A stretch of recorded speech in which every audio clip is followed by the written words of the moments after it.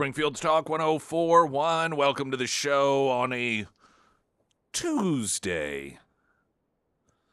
Tomorrow will be Wednesday. Christmas is just over a week away. I know. Crazy. How did that happen? I don't know. It's crazy, though. What's going on? Christmas around the corner. And we will have our Chip Davis. This is their 20th year. Chip Davis hosting the American Christmas Mannheim Steamroller. And so that will be kicking off on Christmas Eve at noon, as it traditionally does here this year, thanks to Wheeler Metals sponsoring all 36 hours of that program. So that, again, will start on Christmas Eve at noon, and it will go through Christmas Eve and all through Christmas Day. And I want to thank in advance all the people that are going to be filling in on the holiday days that I will be away, taking my traditional time off. And so you are going to have quite the lineup. Sarah's been working on that diligently. Yes. I'm missing, I think, one day. Just one day? Just one day. And I'm sure that it will be filled with well, you could just do it. I mean, you're a host now. That is true. Yeah, you always could. I mean, it's up to you. You're the one that, that's. I know, but I'm it's gone, so you do whatever you'd like. It's difficult to produce and do all of the things all by yourself. This is true. Mm-hmm. This is very true. I know, because when you're gone, that you get a little panicky. You're well, and then the show, too. So I fully 100% understand what you're saying. Happy Honda Days happening now. The model year in clearance. You may have seen some of the ads really promoting their huge inventory clear out with no payments for 90 days in new vehicles. That means March. So whether it is a 25 Honda Pilot or Ridgeline or Accord, or maybe some of the great leases on the 26 models, including the HRV, the 26 Honda CRV leases $199 a month, and then certified pre-owned Honda True Certified Dream deal event with 1.99% APR. That another one of the incredible opportunities there. So just something to think about as you're maybe saying, well, we were going to wait until after the first of the year. Well, how about waiting until after the first of the year by a couple of months to make that first payment, but you're already in your new vehicle. Boom. What a deal that is. Pinnaker Honda, South Campbell, just south of Walnut Lawn. The meeting took place yesterday, as announced, apparently 4.5 hours. Erica Kirk and Candace Owens sitting down having a conversation. Most of you aware of the background, of course. Erica Kirk being the widow of Charlie Kirk, and then Candace Owens, formerly for a period of time, Turning Point USA, has her own podcast now and has, I'd say, leading the effort to ask questions that she feels are unfulfilled regarding anomalies, as she sees it, with the assassination of Charlie Kirk. For a lot of people, maybe going just a little too far. A lot of I know I've noted this, but I don't know, perspectives when it comes to some of these situations are pretty important. Her podcast is one I've not listened to. I'm fully aware of who she is. Do you know what she had a book come out at one point, I believe, and so I sent a request to her publisher for Author of the Week. This was several years ago, and I must have misspelled her name, because whenever they responded back, they asked me to resend the request with her name spelled right. So I go, okay. I don't even remember. I think Candace is. I must have spelled it like DICE or so. I just remembered that the other day. I go, oh, yes, that's right. I spelled her name right. And then I never got a response after I resent these. You messed up. But I did. They're like, forget this guy. Well, she clearly was very busy. But anyway. And so I've watched as a lot of the people who have been very loyal supporters of her start to back away just a little bit, not disowning her or anything, but saying, okay, well, now I'm with her about this far in terms of questions, but some of this stuff. And by the way, I think one of the problems we have is we increasingly become all or nothing. when it comes to people that we listen to and when it comes to people that offer up what might be thought-provoking ideas. It's like, they can have 100, or 90% of thought-provoking ideas, and then all of a sudden they'll come along with one that is crazy, and then some people are like, oh, abandon ship. And then the people who stick with it, instead of oftentimes saying, oh, well, yeah, no, I think that's a little bit goofy, they feel the need to defend the idea. Instead of saying, well, yeah, okay, so, this isn't Jesus. This is a person with thoughts and ideas, and some of them may be off base, some may be kooky, and we just increasingly have lost the ability to say, well, listen, I just think that this individual sometimes has some interesting things and interesting thoughts. I certainly don't buy into all of them, but I'm not listening because I think this person is Jesus, and everything that he or she says is 100% accurate and needs to be followed completely and believed. That's not why I'm listening to this person. The left has long been that way. You see the left, and you can be completely obedient to their ideas and their thoughts, and the moment that you step out of line, they throw you overboard. And I don't know, it worries me a little bit. It seems as if these dividing lines are beginning to surface to some degree when it comes to the more conservative thought. And it's like, well, you either 100% are loyal to everything that this person says, or you have to dismiss everything that they say because they're a crazy kook, and if you listen to them or believe them, then you are off your rocker. And I just don't think that that's healthy. I prefer this idea of just listening and accepting the idea that I'm not going to believe everything this person says. And, for everyone, if it gets to the point where you find that increasingly they say things that it doesn't really resonate with me, that I don't find to be engaging or thought-provoking, maybe I'm not going to listen to this person anymore, and I'll try to find someone that I do find to be more thought-provoking. And for me, these divisions and these little battles that have been occurring in that conservative podcast world is the most bothersome aspect. It's not the conspiracy theories or they said that, or it's I don't know, it's this, all right, we're all on teams and you have to be 100% for, 100% against. I just don't like it. I don't like it. But that's just me.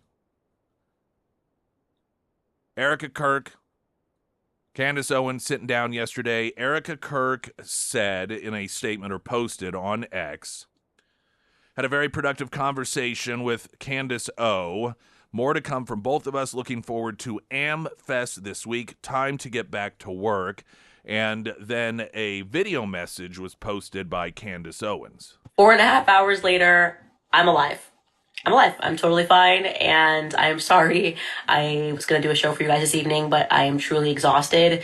Very productive conversation. I asked every single question. I mean, from Egyptian planes to Turning Point USA Faith, and I was very surprised by some of the answers that I got, and I think they were also very surprised when I shared certain intel. This probably should have happened a very long time ago, but I wanted to let you guys know that I am alive, and I will have the full rundown for you guys tomorrow of what transpired. And yeah, I think it was definitely a very big step in the right direction. So I'll see you guys tomorrow. I feel like that's a very dramatic response. When I first listened to it and she was like, I'm alive, my, not, again, following her and listening to her all the time, thought that was more just a joking reference to a 4.5 hour conversation. That's pretty long. But then I recalled that she has talked about her belief that there are hits out on her, and I thought, was that what she's talking about? Is she like really legitimately like, hey everyone, I wasn't murdered? Like, I don't know why. I guess you could take it either way. Yeah, and I don't know which way. I don't know that it really matters. 4.5 hours. That's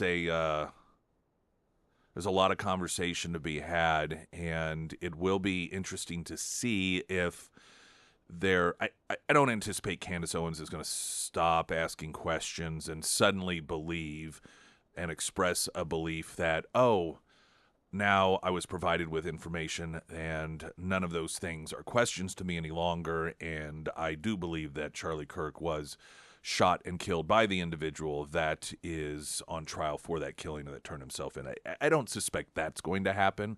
Perhaps some of the questions that she has been entertaining, she will feel and express were satisfied with answers and information. And so a little bit of give in that area. Yeah, I don't know. Now, will it go sideways? Sometimes these things occur. You have these meetings, and then you have the statements, and, oh, it was productive. And suddenly one will say something that seems to be a little off kilter from the peace agreement, if you will, and then the battle all starts again. I don't know. We'll see as time goes on. Coming up, the got two stories back to back that demonstrate the dual system of justice that we have in this country. One is regarding a new information that is to be turned over to Congress from the FBI that shows that during the Biden administration, the FBI told the Biden DOJ that there is absolutely no probable cause to raise Mar-a-Lago when that raid occurred. That it was the FBI, as anti-Trump as the FBI was, they're like, there is absolutely no legal probable cause for this, and the Biden administration did it anyhow. Then on the flip side, there is a story about the Clinton Foundation and Uranium One, which I know many of you are familiar with, and those that aren't, we'll give you brief background coming up, but an investigation that was going on because of what many field investigators said were clear reasons to investigate the Clinton Foundation. So clearly obvious. It was almost beyond evidence all the way to proof. But the people running the FBI slow-walked it to the point that it eventually fizzled out. So this is the dual system of justice that we've become accustomed to, where you have the FBI, the Department of Justice, going after one individual, that being Donald Trump, with the full knowledge that there was no legal basis for it, while on the other hand, a former president and Hillary Clinton, former Secretary of State, wannabe president, were in the minds of investigators clearly violating the law, but that investigation was snuffed out to protect them. Latest news update.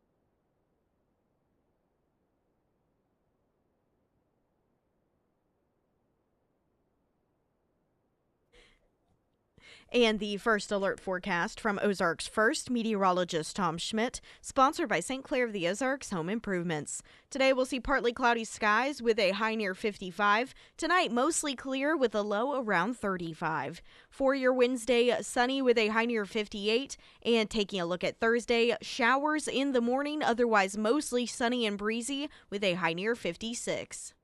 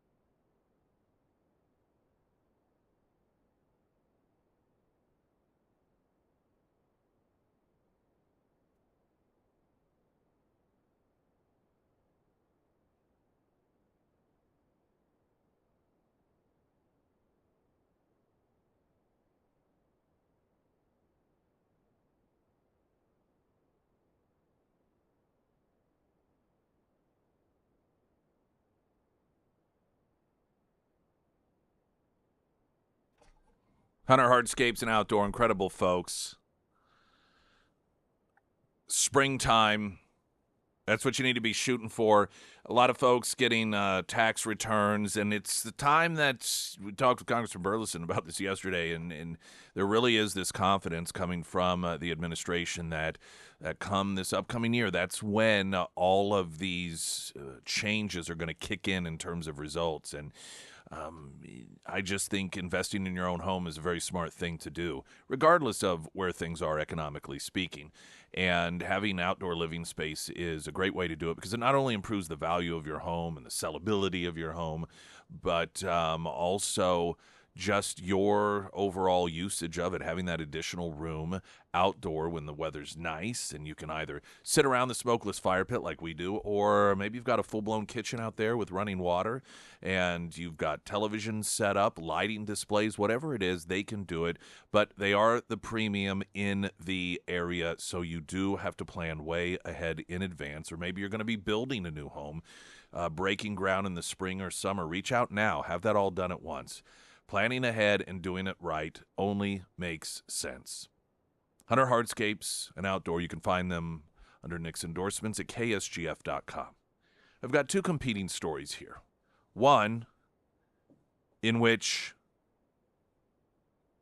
we have our system of justice going after a presidential candidate, despite being told by an FBI that didn't even like the guy, that being Donald Trump, telling the Department of Justice there's absolutely no probable cause to raid his home.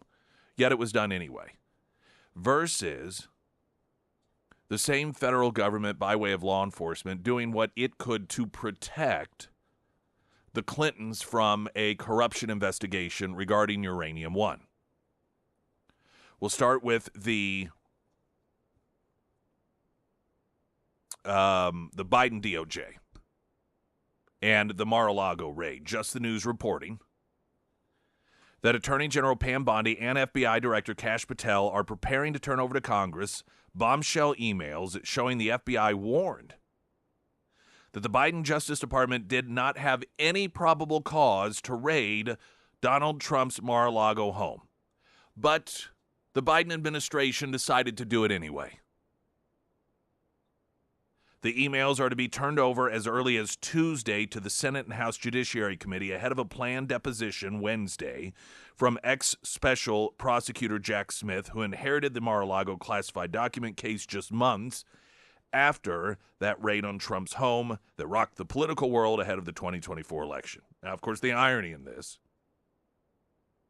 or the silver lining perhaps, is arguably each and every one of these moves that were made outside the scope of the law actually helped Donald Trump politically. The memos show that the FBI's Washington field office, quote, does not believe they established probable cause prior to raiding Trump's Florida home, according to one source with direct knowledge of the memos about to be turned over to Congress. So they knowingly, illegally raided his home for political purposes. It has long been rumored that some FBI agents disagreed with the decision to raid Trump's home to look for classified documents at the request of the National Archives, but the soon-to-be-released emails will chronicle the specific concerns that DOJ under Biden had not met the standard for a search warrant, but decided, screw it, we can do what we want anyway because we're in charge. Almost like Biden had his own private federal force. The House Judiciary Committee issued a subpoena recently, compelling Smith to give a closed-door deposition that, again, is slated for tomorrow as part of the committee's probe into the federal prosecutions of Trump. Chairman Jim Jordan wrote in the letter accompanying the subpoena 2 weeks ago, the Committee on the Judiciary is continuing to conduct oversight of the operations of the Office of Special Counsel you led, specifically your team's prosecutions of Trump and his co-defendants. Due to your service as special counsel, the committee believes that you possess information that's vital to the oversight of this matter. You couple this with, we learned recently of Operation, was it Arctic Wind or Arctic whatever, in which you had dozens of Republican lawmakers being spied on by the administration. And now we learned, though I don't suppose this is going to be any surprise to most of you, but there will be emails turned over in which they were told internally, you cannot raid Trump's home. There's no probable cause. You can't get a warrant for this. And they said, we'll do it anyway. We can do what we want. Now, you tell me who runs a police state. You tell me which party operates as a dictatorship. This is a political party that attempted to throw Donald Trump off the ballot so the American people wouldn't have that as an option. They did have other candidates thrown off the ballot in an effort to increase the likelihood that their candidate would win. That would be RFK Jr., that would be Jill Stein, that would be Cornel West, a black man.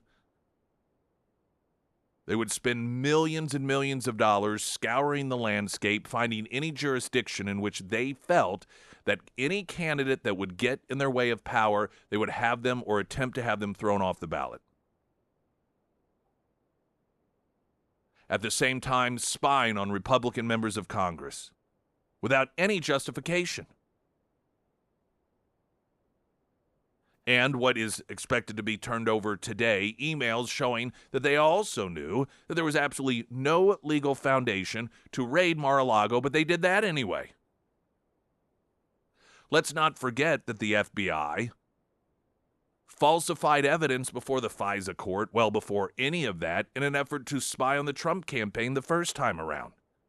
Something that the FBI attorney would have to plead guilty to, got a slap on the wrist. But Donald Trump is the corrupt one, we're told. Now, on the flip side of this corruption, the protection racket. See, I've long noted that the FBI and the Department of Justice had been, in particular, operating as the sword and shield of the Democrat Party. Now, that was the story of the sword. Coming up, a story of the shield. FBI's Clinton Foundation Uranium One inquiry died after slow walking and statute of limitations.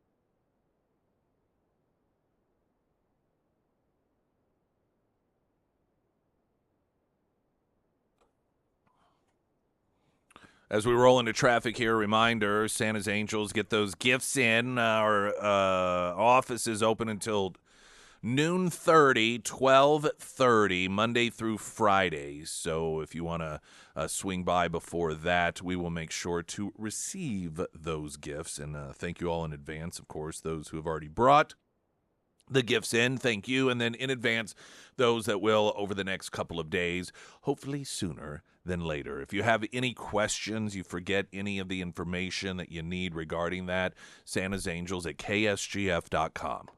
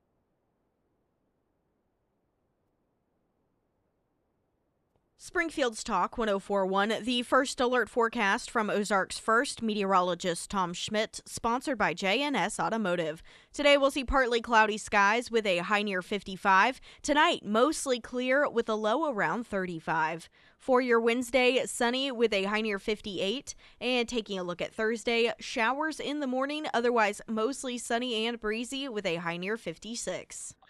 Emails are expected to be handed over by Pam Bondi and Kash Patel to Congress regarding the raid on Mar-a-Lago and the FBI, or at least some within the FBI's insistence to the Biden administration at the time that there was absolutely no legal justification whatsoever to raid Mar-a-Lago, that they lacked any legal authority to do so. But the administration said, we're going to do it anyway because, they could, and they were in charge. Then there is this story. This is the opposite. This is the shield. The justice system is the sword and shield of the Democrat Party. That's an example of the sword, utilizing it in order to go on the attack against political opposition. This is the shield, shielding your own. FBI's Clinton Foundation Uranium One inquiry died after slow walking and statute of limitations. Federal investigators, also, this is from Just the News, believed there was significant evidence worth pursuing related to possible criminality involving the Clinton Foundation and the State Department's approval of the sale of Uranium One to Russian state-owned interests, but delays by the Justice Department and FBI led the inquiry to wither and die because of statute of limitation issues. Now, if this seems confusing, why is it that Hillary Clinton, in particular, would apparently lead this effort to give or to work out such a deal to Russia that they coveted so desperately? This was before they decided that Russia was evil. This was the period of time when they mocked Republicans for saying that maybe we shouldn't cozy up so closely with the Russians, mocking Republicans as clinging to the Cold War mentality. For those of you who are a little new to the game, once upon a time, Democrats said we need to reset our relations with Putin. Hillary Clinton, as Secretary of State, went over with a cute little red button that was mistranslated in order to demonstrate how new relations were on the horizon. The old days of seeing Russia and Putin as some sort of enemy, those days were gone now that Republicans weren't in charge, and Democrats were going to usher in this beautiful new relationship with the Russians. That, of course, until they faked the whole Russian collusion hoax. I thought I'd give a little background because if you're somewhat new to all of this, it can be confusing why the Democrats would be so cozy with Putin.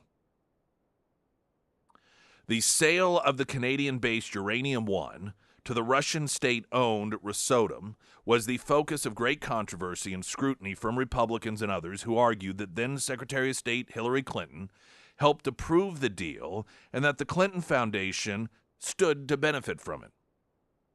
Career agents and line prosecutors at the FBI and the Department of Justice also believed the saga may have been a criminal one.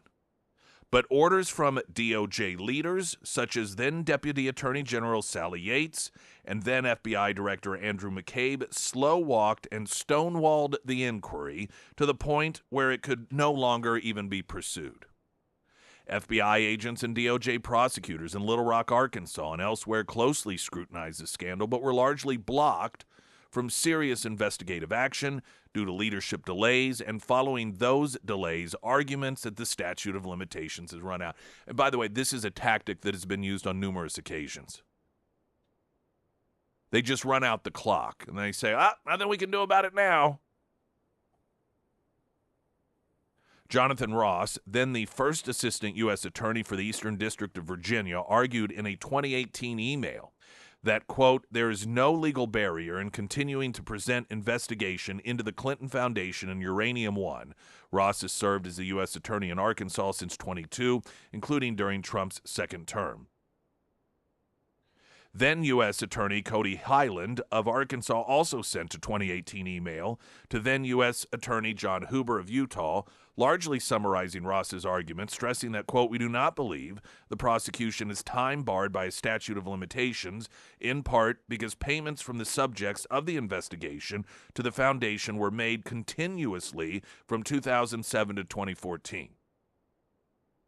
A newly declassified internal FBI investigative timeline also argued that claims that the statute of limitations had run out on the Uranium One inquiry, quote, failed to include whether acts of concealment such as deleting emails in 2015 and making additional statements and representations about those deletions would have extended the statute of limitations. So in other words, what this is laying out here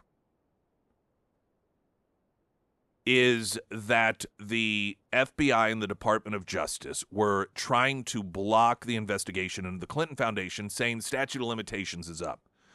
And these different assistant U.S. attorneys and others that were legitimately looking into this were noting that that is incorrect because the act itself would be followed up by payments connected to the act, by statements made regarding the act, which was furthering. So in other words, it sort of resets the time because they were still acting in a manner that involved the alleged crime. Furtherance, if you will. But it was clear that the Department of Justice and FBI, they were protecting the Clintons and anyone else who may have been involved in any sort of criminality. Now, this is the background for those that don't know Uranium One. Now, when you think back to this, it's just all the more hysterical that we're told Russia is the single greatest enemy of the planet today, by the people who, at this point in time, were attempting to push this Uranium One deal through and approving it, namely Hillary Clinton. So Uranium One was a Canadian company that mined uranium around the world with assets in Eurasia, Africa, North America. Its facilities in Wyoming, Utah, and other states accounted for approximately 20% of your U.S. uranium capacity at the time, which prompted a review by the Committee on Foreign Investment in the United States, known as CFIUS, in order to approve an acquisition by Russia. Then Secretary of State Hillary Clinton sat on that committee and had a prominent role in shaping the Obama administration's foreign policy. Uranium One shareholders poured millions and millions and millions of dollars into the Clinton Foundation prior to the approval, of which, once again, Hillary Clinton was influential. But nevertheless, the investigation petered out due to delays from the top and the internal debates on whether the statute of limitations has expired. The Clinton Foundation, of course, did not respond to a request for comment. Now, we're going to get a traffic update and just give you a few examples of the just the timeline, the clear timeline of approval votes and cash, sometimes not even just the Clinton Foundation, but to Bill Clinton himself, that we're, of course, supposed to believe is completely coincidental.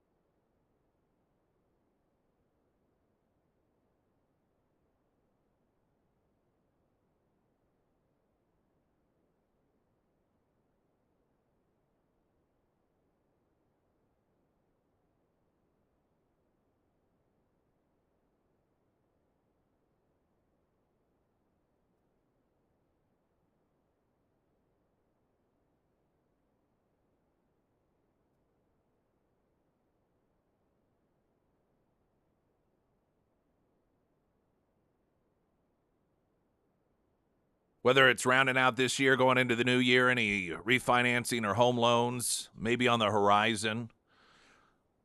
I want a great homeloan.com, perhaps reverse mortgages.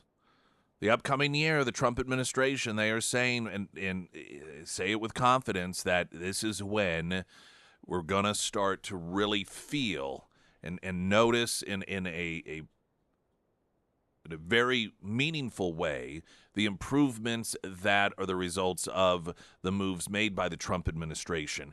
And with that attitude, with that sentiment comes, for a lot of folks, the just internal gut feeling, now's the time. We need to take advantage. Now's the time to downsize or to move out to the country or to get that bigger home. Whatever the decision is, when it comes to that home loan, the characters in the team walk you through it and answer any questions you may have ahead of time, any sort of, just any inquiries, or maybe you don't even know what you don't know, that sort of situation. They're there to help you through all of that. I want a great homeloan.com. Easy to find. Uranium One. Here are just a few examples of what it was known by a number of folks that were charged with investigating criminalities, and why they were arguing that certainly there needed to be further investigation into the Clintons.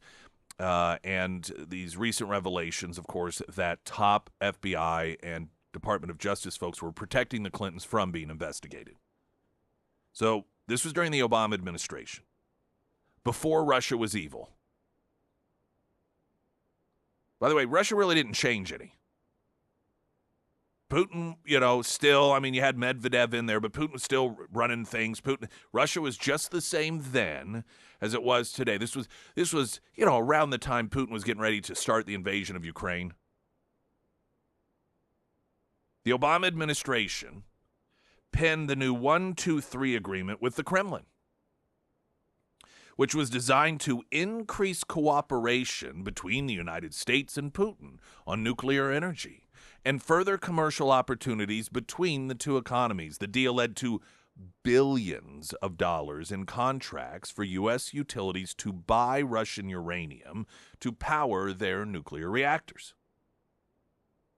Russia's state-controlled nuclear company, Rosatom, was also making moves to corner the global supply at the same time. The Russian company's efforts to acquire the Canadian company known as Uranium One became a scandal for the Obama administration because it saw the virtual elimination of U.S. domestic production of uranium and raised corruption concerns about some of its chief officials. But again, we were told, Putin's a great guy. Russia's pure as the driven snow. You got to shake off those Cold War mentalities. The acquisition became a scandal that plagued her 2016 presidential campaign after investigative author Peter Schweitzer and his Government Accountability Institute found 9 Uranium One shareholders allegedly funneled $145 million into the Clinton Foundation before the deal was set to be considered. The acquisition was subsequently approved. Oh, what an amazing coincidence. And Clinton's team has repeatedly denied that the secretary had a major role in approving the sale. Just very minor, very minor. The New York Times reported back in 2015 that, quote, as the Russians gradually assumed control of Uranium One in 3 separate transactions from 2009 to 2013, a flow of cash made its way to the Clinton Foundation. Uranium One's chairman used his family foundation to make 4 donations totaling $2.35 million. Those contributions were not publicly disclosed by the Clintons despite an agreement Hillary had struck with the Obama White House to publicly identify all donors. Other people with ties to the company also made donations to the Clinton Foundation. Again, the New York Times, quote, and shortly after the Russians announced their intention to acquire a majority stake in Uranium One, Bill Clinton received $500,000 for a Moscow speech. from a Russian investment bank with links to the Kremlin that was promoting Uranium One stock. Again, surely coincidental. At the time, both Rosatom and the United States government made promises intended to ease concerns about ceding control of the company's assets to the Russians. Those promises have been repeatedly broken, records show. The Hill had reported in October of 2017 that before the Obama administration approved the controversial deal in 2010, giving Moscow control over a large swath of American uranium, the FBI had gathered substantial evidence that Russian nuclear industry officials were engaged in bribery, kickbacks, extortion, and money laundering designed to grow Vladimir Putin's atomic energy business inside the United States. The Hill noted that federal agents used as confidential U.S. witnesses working inside the Russian nuclear industry to gather extensive financial records, made secret recordings, and intercepted emails as early as 2009 that showed Moscow had compromised an American uranium trucking firm with bribes and kickbacks in violation of the Foreign Corrupt Practices Act. Well, so of course the natural relationship between the Clintons would form with Moscow once that revelation surfaced. The Hill reported at the time they also obtained an eyewitness account backed by many documents indicating Russian nuclear officials had routed millions of dollars to the United States designed to benefit former President Bill Clinton's foundation during the time Secretary of State Hillary Clinton served on a government body that provided a favorable decision to Moscow. Now, the Just the News piece has a great deal of additional background, including the FBI's effort by those at the top, along with the Department of Justice, to squash the investigation, successfully so, protecting the Clintons and anyone else that might be snared in the potential criminality of, getting tons and tons of money from Russia in exchange for Hillary Clinton's push to allow them to acquire Uranium One. But the highlights I just gave you give you just an idea of what was going on. These people will sell out this country and have sold out this country 1,000 times over.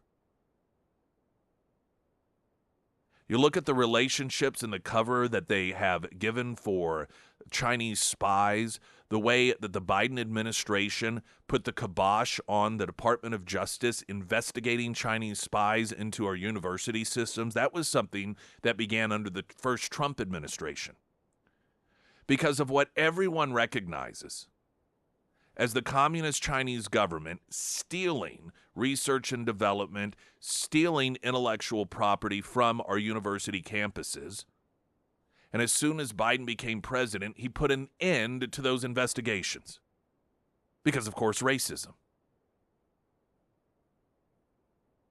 Whether it is the Chinese, not to mention the spy balloon that Biden allowed to fly over our sensitive facilities in our country. I mean, you could just go down the list time and time and time again.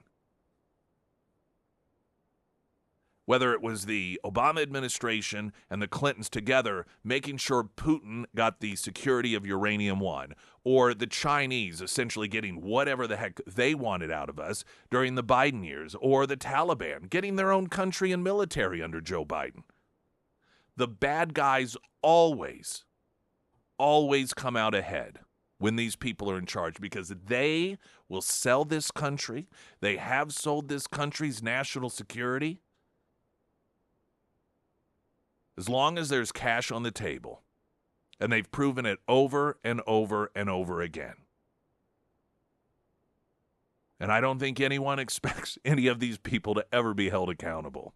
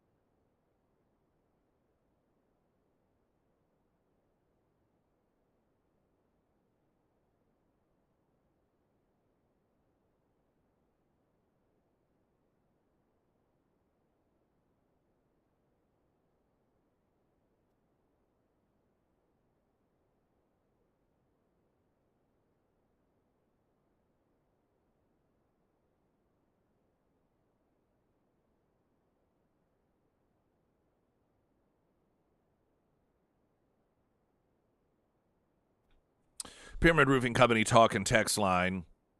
Running out the clock, still being used. It's the lawfare tactics we're seeing today. Democrats delay by all their litigation of the Trump administration trying to run out the clock on the Trump presidency. And that is a tactic that is definitely being used by left-wing judges, that they'll make these rulings blocking the Trump administration from executing the authority of the executive branch. And while you are going to have some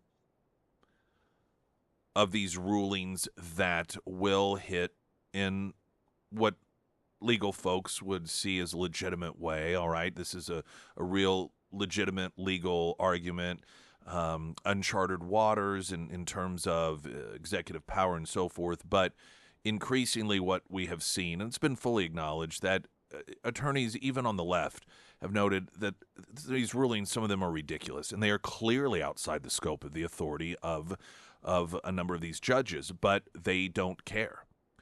It's just about delay. And because, the party of democracy doesn't like the way that democracy played out with Trump getting elected president, they will just use their authority, like gods in robes, to just try and slow Trump down to the best of their ability. And I guarantee you they feel virtuous. They feel as if they are stopping Hitler. If only they had been around when Hitler had ascended.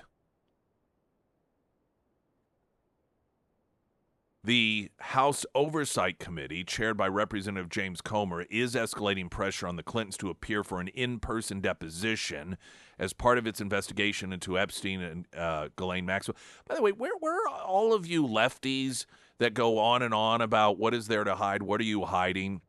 The Trump administration has been pushing to unseal documents and turning over tens of thousands of documents to Congress. You portray him as trying to hide something. Meanwhile, the Clintons refuse to even acknowledge a subpoena to appear to testify about this very issue. Where is your grave concern for the victims now?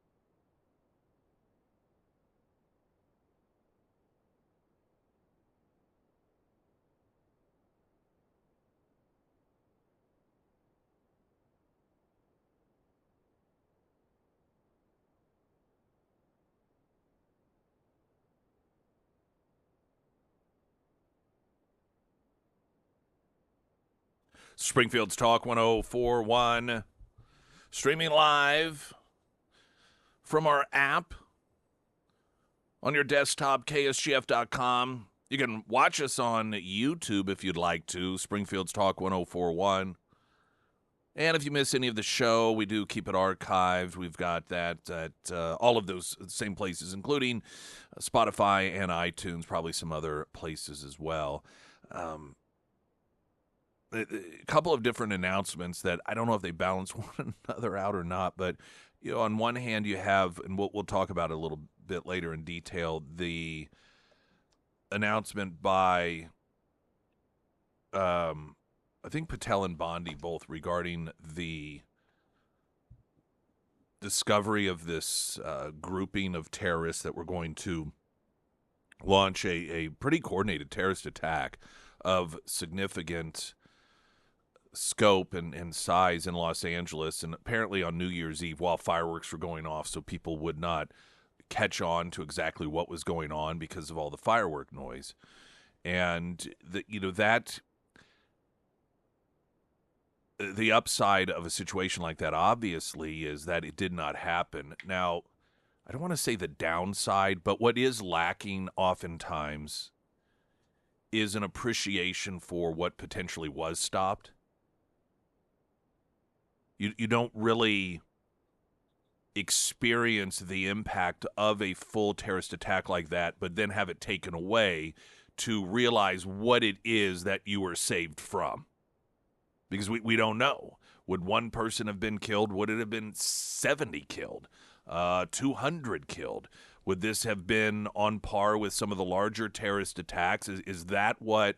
I mean, you just don't know for sure how many innocent lives were saved because of that work. And because of that, oftentimes there is a lack of real understanding and recognition as to how big of a deal it was. This is the sort of thing that probably is just going to come and go as a news item, and people will be like, oh, that's a good thing, without really realizing what could have potentially been the true implications of it. Then on the flip side, you've got Kash Patel that is really being laser focused in regarding the mass shooting at Brown University, in which a couple of individuals lost their lives, and there's already been scrutiny Kash Patel that he gets a little ahead of himself. I don't know if that's fair or not. I mean, listen. We say we want transparency. We say we want to be kept in the loop. Well, oftentimes that means being along for the ride as things develop and they change. And I think Kash Patel finds himself in a bit of a damned if you do, damned if you don't sort of situation. This latest being there was a person of interest that was detained regarding Brown University, and then it was realized, okay, this isn't the right person, and so that person was released. Now, the fact that we still apparently have no idea where this individual is, that's a whole nother story. But because there was a similar situation regarding Charlie Kirk and his assassination, and then, a person of interest, and no, it wasn't that individual. And so he gets criticism for putting the cart ahead of the horse. Like, he's just too anxious to get out there and start, getting that camera time. And that has caused, these situations in which, oh, never mind. Well, we kind of ask for that. We want to know, we want information, we want to know the latest developments with the investigations, and this comes along with it. I got news for you.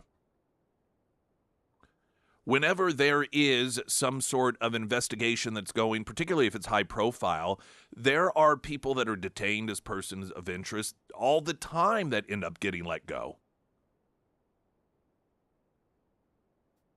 They sometimes even get arrested, and then they are let go because the investigation reveals as time goes on, oh, this isn't actually the person, but we oftentimes don't know about it. And we are a society that has clamored to get information, to demand the information, and to know what's going on in real time, and that is something that is being offered up. Now, obviously, the left is going to attack every single twist and turn that occurs. I mean, the reality is no investigation. Well, I shouldn't say no investigation, but it's not reasonable to expect that every investigation involves no mistakes. And I don't even want to say mistakes, but is this idea that, oh, okay, the investigation begins and here's a clue, here's a clue, here's a clue. Oh, we found the person. It's not an episode of Scooby-Doo.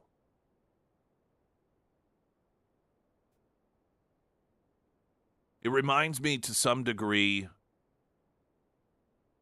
of the color-coded system right after 9/11. And people were demanding to know, why weren't we warned? Why did we not know that this was potentially coming? And so I believe it was Homeland Security began this the terror level system. It had these different colors. Like there was orange and there was yellow, and it was all to keep us in the loop because we all demanded, we want to know what's going on. If there is some sort of hint of a terrorist attack, we want to know. And so the Bush administration began issuing these terror alerts, and it was code yellow, code orange, whatever the colors were. It seemed as if it was difficult to keep them straight. And we were getting these all the time. Well, then people started complaining, why do we keep getting these false alerts? Like we wanted the terrorist attack to occur after we were warned one might occur. We got annoyed by it as a collective culture. Well, that's what we wanted. I mean, you with the demand to be in the loop comes a lot of information that turns out to be nothing. We can't have it both ways. Well, eventually that color-coded system got scrapped because what eventually occurred is it had the opposite effect, and people began ignoring it altogether, and just it became irrelevant ultimately. I think that this administration is one that is clearly all about transparency. I don't know that Kash Patel and Dan Bongino, they have also gotten a bad rap. They're just so interested in being on social media, and they're, and even to the point that there have been the rumors that Trump was tired of it. And I don't know that Trump's not behind it, or this isn't a standard that Trump has set about making sure people know what's going on. And Trump does this constantly, which incidentally, Bongino has essentially said he's going to spend the next couple weeks deciding whether he's going to stay with the FBI or not. So he may be on his way out. Now, this isn't, by the way, a defense of Kash Patel. It's not a defense of any of it. But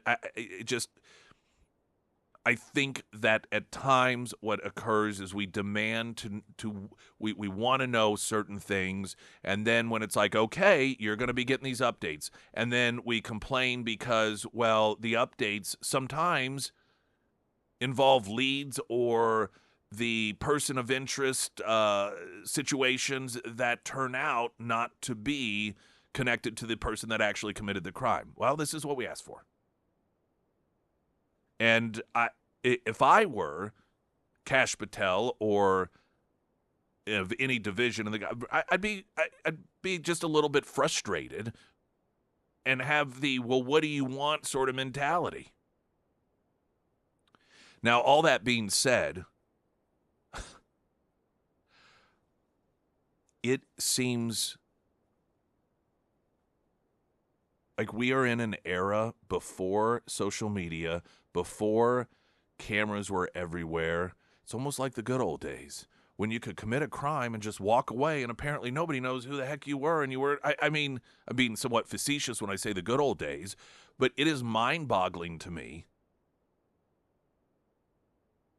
that an individual is able to pull off what this individual pulled off and walk away, and there's just a couple of different videos out there that don't really give a great deal of information visually that is going to move things along. I mean, it's just crazy, and I don't even know what to make of it or think of it, but there has been this sense that it's almost impossible to get away with a crime anymore because of the digital footprint, because everywhere you go, there are video cameras or your cell phone can be tracked. And there's this idea that it's just virtual. It's not like back in the day when you could commit a crime and no one would have any clue who it was, and with the DNA and everything else under the sun, and on a college, university, crowded university campus, and then to just walk away afterwards, and then like nobody seem to find this individual. That's just insane to me.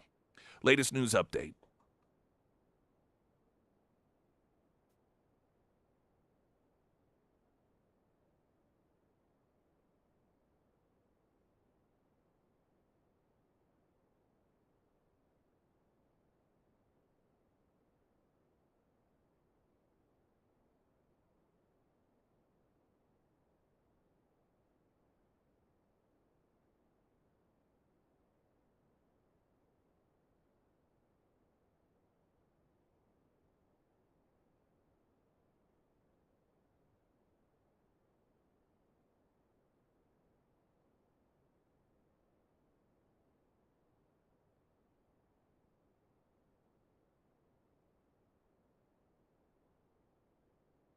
And the first alert forecast from Ozarks First meteorologist Tom Schmidt, sponsored by St. Clair of the Ozarks Home Improvements.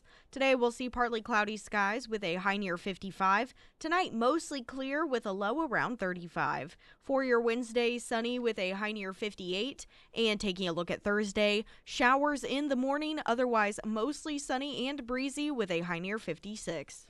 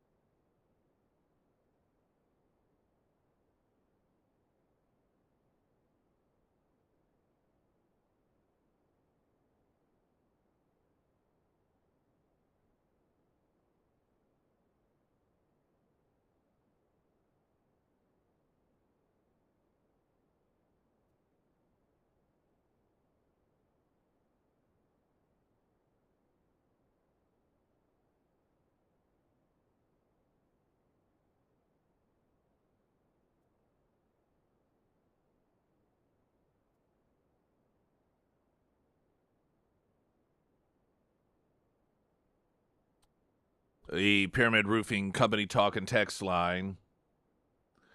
I thought the FBI wasn't helping at Brown yet.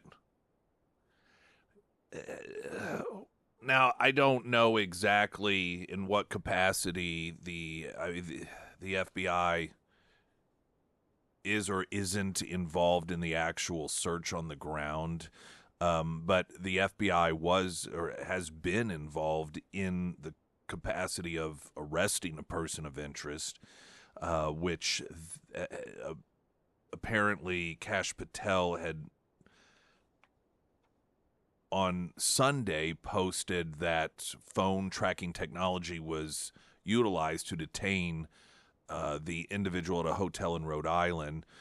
This was someone who had traveled with a firearm from Wisconsin, but just hours after his arrest, it was announced that he was going to be freed and that the investigation's going in another direction. And so there may be certain areas of the search that the FBI isn't involved in. Honestly, I don't know. Sometimes you get sort of a little turf situation going on, and it may be as simple as the FBI thinking, all right, well, local law enforcement knows the area better than the FBI does, so we'll let them handle it at this point. But the idea in this day and age, maybe it's a wake-up call. It is easier to do this stuff than we assume. With the technology and the cameras and just everything everywhere, to be in a city on a university campus and to carry out an attack like this and walk away and no one be able to locate you, maybe it's just easier than we thought. And maybe this sort of thing happens more than we think. It's just not high profile enough to where we know it's going on. I don't know. We may need to reevaluate how difficult or how easy it is to carry out some sort of attack like this and just walk away and never be found. Now, I say never be found. We're 4 days into it, but man, I don't know. In the meantime, there has been a great deal of back and forth about the gunman, and if it's believed to be targeted. This apparently was a study hall type setting in which you had students studying for, I think, an economics exam, according to some of the reports. One of the individuals that was shot was the vice president of College Republicans, which, given the increased frequency of attacks on Republicans and conservatives, the assassination attempts, that obviously is either just a coincidence or more of the same that we continue to see at the hands of left-wing activists. It could have been something else. Now, the other individual was, let's see, I think there was a name. I've got a few different stories. You'll have to forgive me. But it doesn't sound like it was an individual that someone who is a left-winger would necessarily target. And that has led to just a great deal of speculation and a lack of information that's been provided. A number of different reports said that people who were in the room claimed that the individual yelled Allah Akbar when he opened fire. But there has been no confirmation of that. In fact, to great pains, law enforcement have gone to not reveal what it is that the individual yelled. Here is the press conference from yesterday with the Providence police chief. Now, there's a report that you yelled something right before the shot came in. Can you tell us what that was?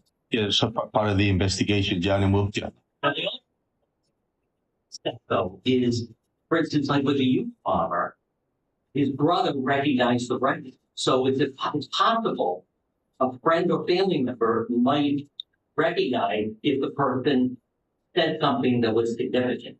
Right. That's why you don't, other than the 9mm, is there anything else inside that auditorium that you tell us? No, that's correct. And listen, like I said earlier, investigations will bring us to evidence that we need to collect in order to be able to prosecute. With that being said, we're going to continue to collect evidence, and if it leads us to something to that nature that's going to be extremely helpful for us to identify somebody, we'll be the first ones to put it out. All right, Alex, on John's question, did the suspect yell, like has been reported in this, but some erroneous reporting, but did he yell when he came to the classroom? And how valuable have witness statements been from those who survived? Listen, my heart goes out to the victims. It goes out to the families, and I'll tell you that their cooperation has been extremely helpful. And that, with that being said, we'll continue, and I'm gonna respect the fact that, and I hope that they get better. And my heart and soul goes out to them. So, Did he yell them? so that's something that we're investigating. We took statements, and we have to confirm that.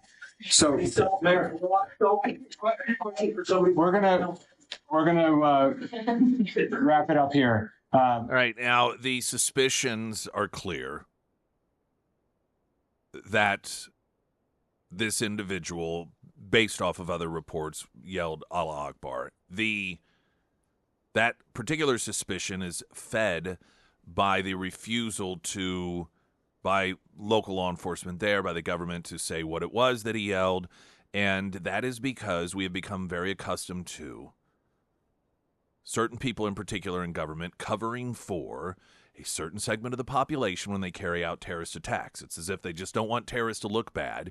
And so anytime there is some sort of utterance, there is some sort of declaration yelled, Allah Akbar, they want to cover for it. It's like they just don't want the terrorists to get a bad reputation. And so anytime it looks as if it may have been a terrorist act, they just want to cover it up. Now, that may not be the case here. But there is a reason that the average American, whenever government officials are so cagey about this sort of information, there's a reason that Americans oftentimes default to, well, we know what that means. And it's not because of Islamophobia, and it's not because of racism. It is because of a repeated pattern of behavior by government officials in charge that want to cover for certain types of people whenever they commit an act of violence, and one of those categories of people are terrorists. And what it is, particularly people on the left, this instinct to it's almost like they don't want to damage the reputation of terrorists by pointing the finger at them all the time. And it's the most bizarre mindset. If it was someone that yelled MAGA America, we know that would be front and center.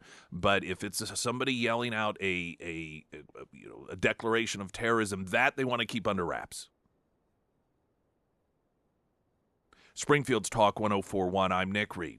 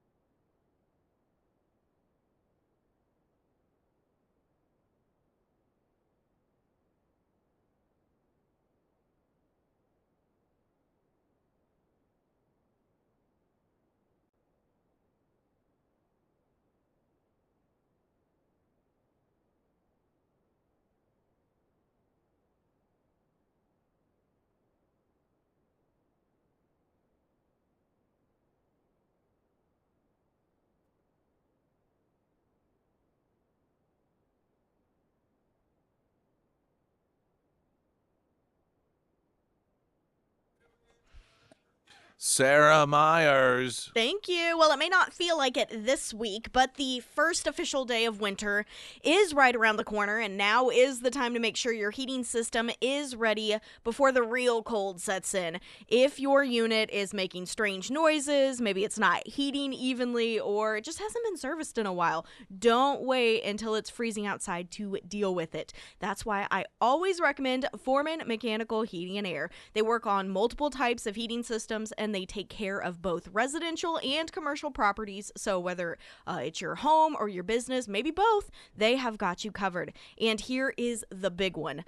If something does go wrong, middle of the night or on the weekend, Foreman Mechanical, they have a 24/7 emergency service line, so you are never left in the cold. So that's my public service announcement for today, is to get your heating system fixed, serviced, and prepared now for peace of mind all season long. If it's time to have the Foreman team out to your home, reach out to Russell today. You can find all of their contact information under the Sarah's Endorsements tab at ksgf.com.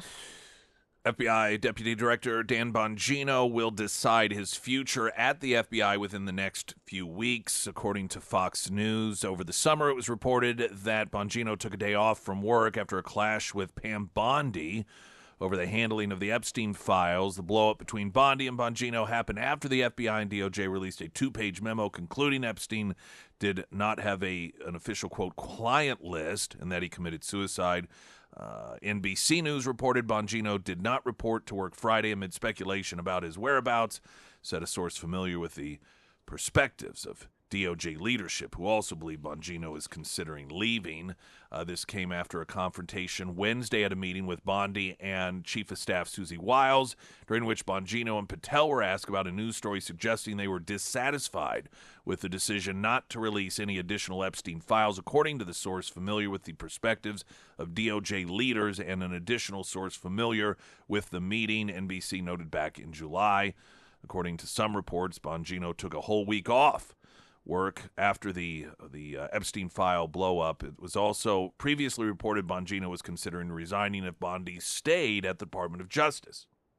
So anyway, there's been a lot of back and forth, and the latest, according to Fox News, is that Bongino is going to take the next few weeks, probably, the holidays, home, and just decide whether or not this is where he wants to stay.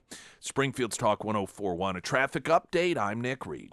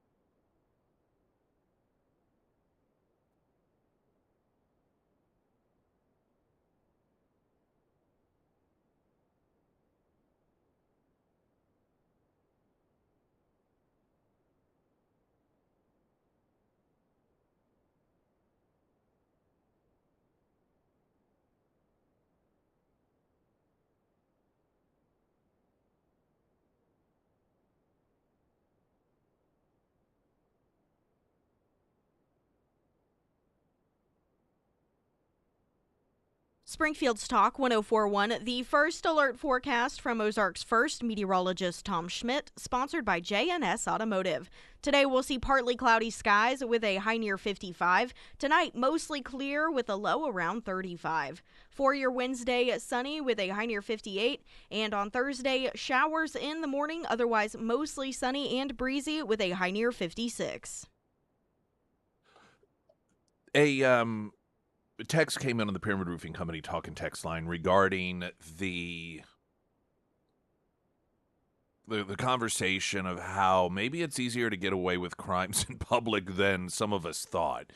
It seems inconceivable to me in a day and an age with cell phone tracking and DNA and cameras absolutely everywhere, the virtual police state of constant observation, that anyone can walk onto a university campus, pull something like that off, and then just walk away, and then nobody know, like, where did this individual go? And I noted that maybe this sort of thing is more common than is recognized because perhaps crimes occur that aren't high profile. They don't get quite the attention. So we don't know that it is easier to walk away and not get caught than we thought.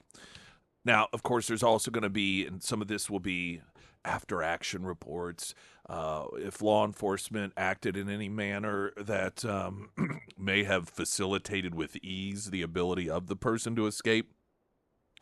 The text that came in said, I think one of the biggest issues is that so much of our populace is stuck in their phones and they don't see or not aware of their surroundings, so they never notice anything suspicious because they're not paying attention to their surroundings. And, you know, I think that makes a lot of sense.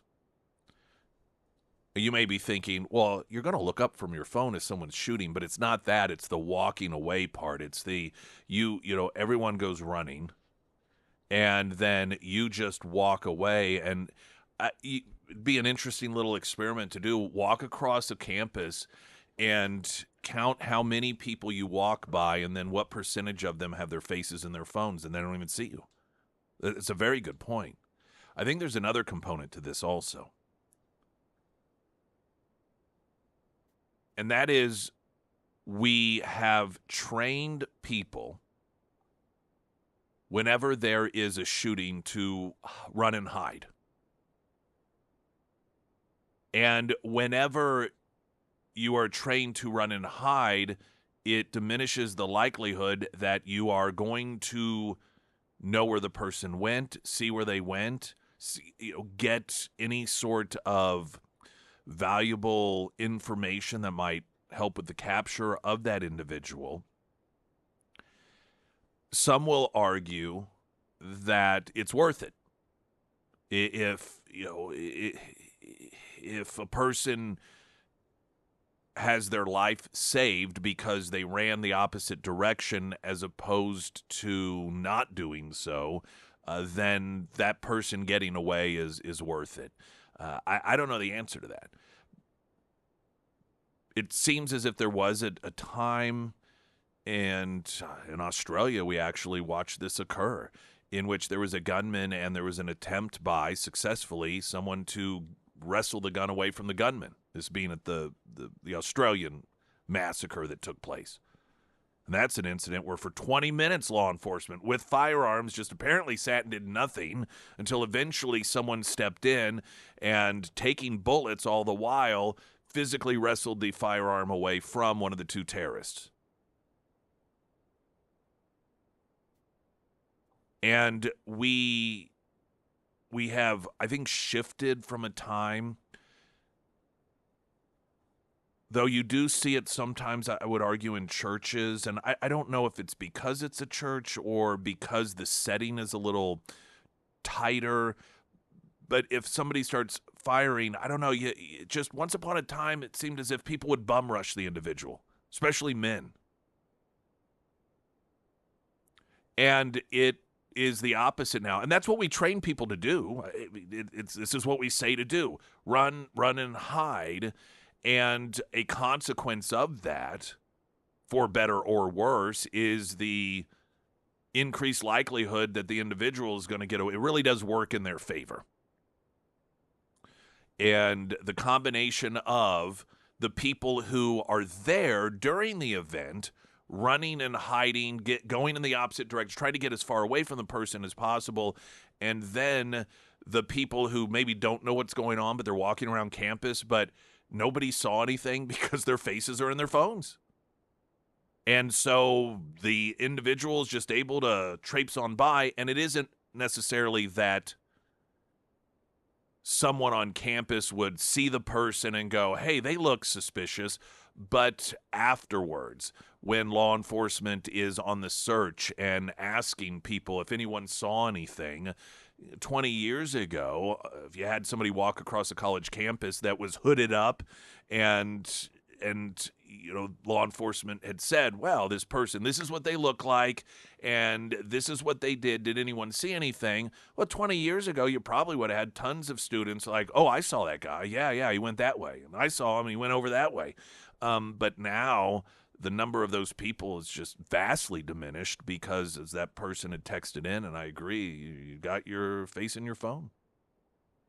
All of those things work to the advantage of somebody that wants to carry out an attack. We're going to get a traffic update and then share with you what was absolutely predictable and, in fact, was predicted. The City Council unanimously initiating eminent domain against Hotel of Terror. They're really going to make sure the people of Springfield understand who's in charge.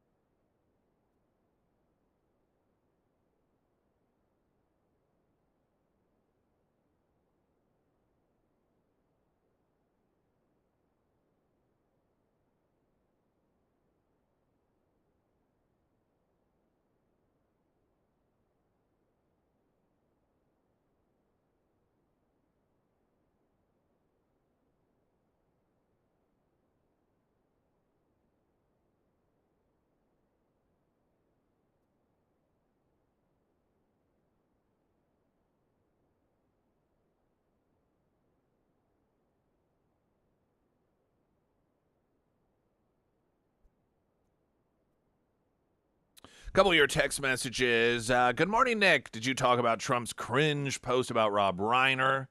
I did another major eye roll. When I read it, Mom said, if you can't say something nice, don't say anything at all. Not yet, hour 3. That will be upcoming. With the issue of violence, this another text on the Pyramid Roofing Company talk and text line. With the issue of violence that has happened, and if people get involved, go into a major store, everyone can see someone shoplifting, yet no one steps in because the masses don't want to deal with the fallout. Yeah, it is an unfortunate culture shift that has happened in the United States.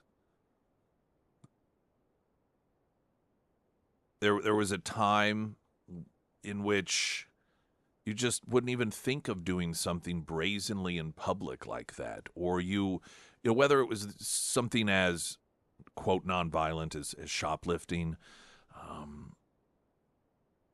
But even these acts of violence, there would be concern about even if the people were unarmed. And law enforcement noted Brown was a soft target. It's a place in which firearms are not allowed, so only killers get them. And it makes individuals easy pickings, facilitates more death. But outside of that, it seems like the rare example in which you see people, and again, I'll call out men on this, that will step in and say, we've got to stop this. We just have to stop this from happening. And in the few instances that we do see it, like in New York, law goes after the person that saved the lives. And that doesn't get lost on individuals. The culture and the government has increasingly made it more and more dangerous to step in. And even businesses, people lose their jobs. It isn't uncommon to hear a story about someone who stopped a robbery from occurring at the store that they worked at, or some sort of assault. They step in and then they lose their job because the store policy is just let them get away with it. And I understand why the policy exists. It's another sad reflection of our culture. But instead of so often recognizing those people as heroes, they get punished. They get a finger wagging. You should know better. You're not supposed to do that. And criminals know that. They recognize that we live in a day and an age in which, well, one, they know where guns aren't allowed, so they target those individuals or those individuals at those locations. They also do not fear people stepping in. And the shoplifting example is a great one, where you see these people that just stroll in, fill bags with stuff, and stroll back out, and no one stops them. I mean, if you're a customer and you figure, well, the store isn't going to stop them, why am I going to risk my life? And then, God forbid, you do so and, you twerk the back of one of the shoplifters, you tackle them and they have a back injury due to it, you get sued. And it's a sad place where we are in our culture today, in our country today, that we've created an environment in which it is a disadvantage to stand up for people. And some of this, I think, does go all the way back even to early schooling, zero tolerance, training kids that if you step in while a bully's pummeling a smaller kid, you will be punished just like the bully will. That's, when you're in your formative years and you set those rules, you set those guidelines up, and you start conditioning young people to see stepping in to help someone not as virtuous, not as something that is rewarded, but instead something in which you are punished just as the bad guy is, well, that stays with you. In your entire formative years, you're trained to see, and you see people around you get punished for it, and you learn that the right thing to do is to just stand back and wait for the authorities to come in and they'll take care of it all. It's no wonder we've ended up in the place that we are today. I think a lot of it does go, there's just a whole number of factors, but I do think much of it does go back to several generations now being trained under these zero tolerance rules in school to not help people who need help. Because the quote system, that's where the system is to step in. Springfield City Council voted to use eminent domain to acquire the Hotel of Terror property. This was predicted. I noted it would probably be unanimous. I mean, maybe one or two would potentially not vote or vote against it, but it was unanimous as expected. And this is the city making sure everyone understands that when it really comes down to it, citizens are not in charge. Aside from the fact that this is a private property situation and the city once already tried to make this move, but the people spoke.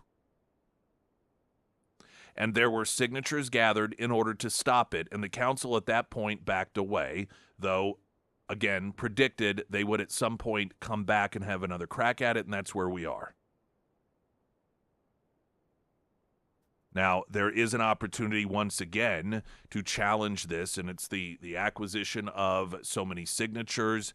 I'm sure that's something we'll be talking about in the future. And, of course, Christy, when she's here on Thursday, this being a client of hers, we'll get any of the updated information from her regarding this move by the government of Springfield versus, it's David and Goliath versus the citizen of Springfield. Springfield's Talk 1041, I'm Nick Reed.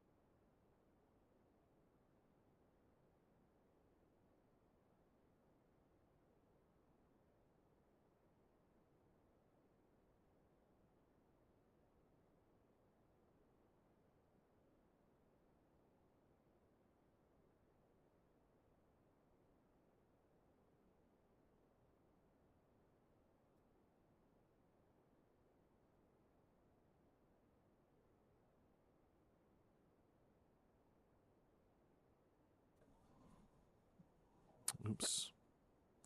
Here's a nice bit of feedback from Doug regarding Emily Johnson House Theory Realty. We highly recommend Emily Johnson. On our own, we found a home we wanted to purchase, which is a slightly different scenario. Later, we realized what a small piece of the buying experience finding the house is. See, the seller was very emotionally attached to the house that we were trying to purchase. This person was having a hard time with the negotiation process related to the request after the home inspection. And that's not an absolutely unusual situation, particularly people that are born and raised, or, it's a home that the parents died in. I mean, not literally, but you know what I'm saying. It's just been a family, part of the family, and generationally speaking, so that can be a very difficult thing. The seller's realtor was also struggling to encourage her client to make decisions timely. This is where Emily stepped up. She not only helped us, but she also helped advise the other realtor on how to help her client. I'm not sure the sale would have ever been finalized without Emily's assistance. That's what you get with Emily Johnson House Theory Realty. Text message. I had a former student who worked at a Walgreens in North Springfield. He said that there was an individual who would come in every day, and grab a 12-pack of beer and just say thank you and walk right out without paying. We're talking just about the lowered expectations in our culture and our country, and how it is that policies put in place have discouraged people standing up and saying no, and a lot of companies that have these policies telling employees just to allow theft to occur. And I know why.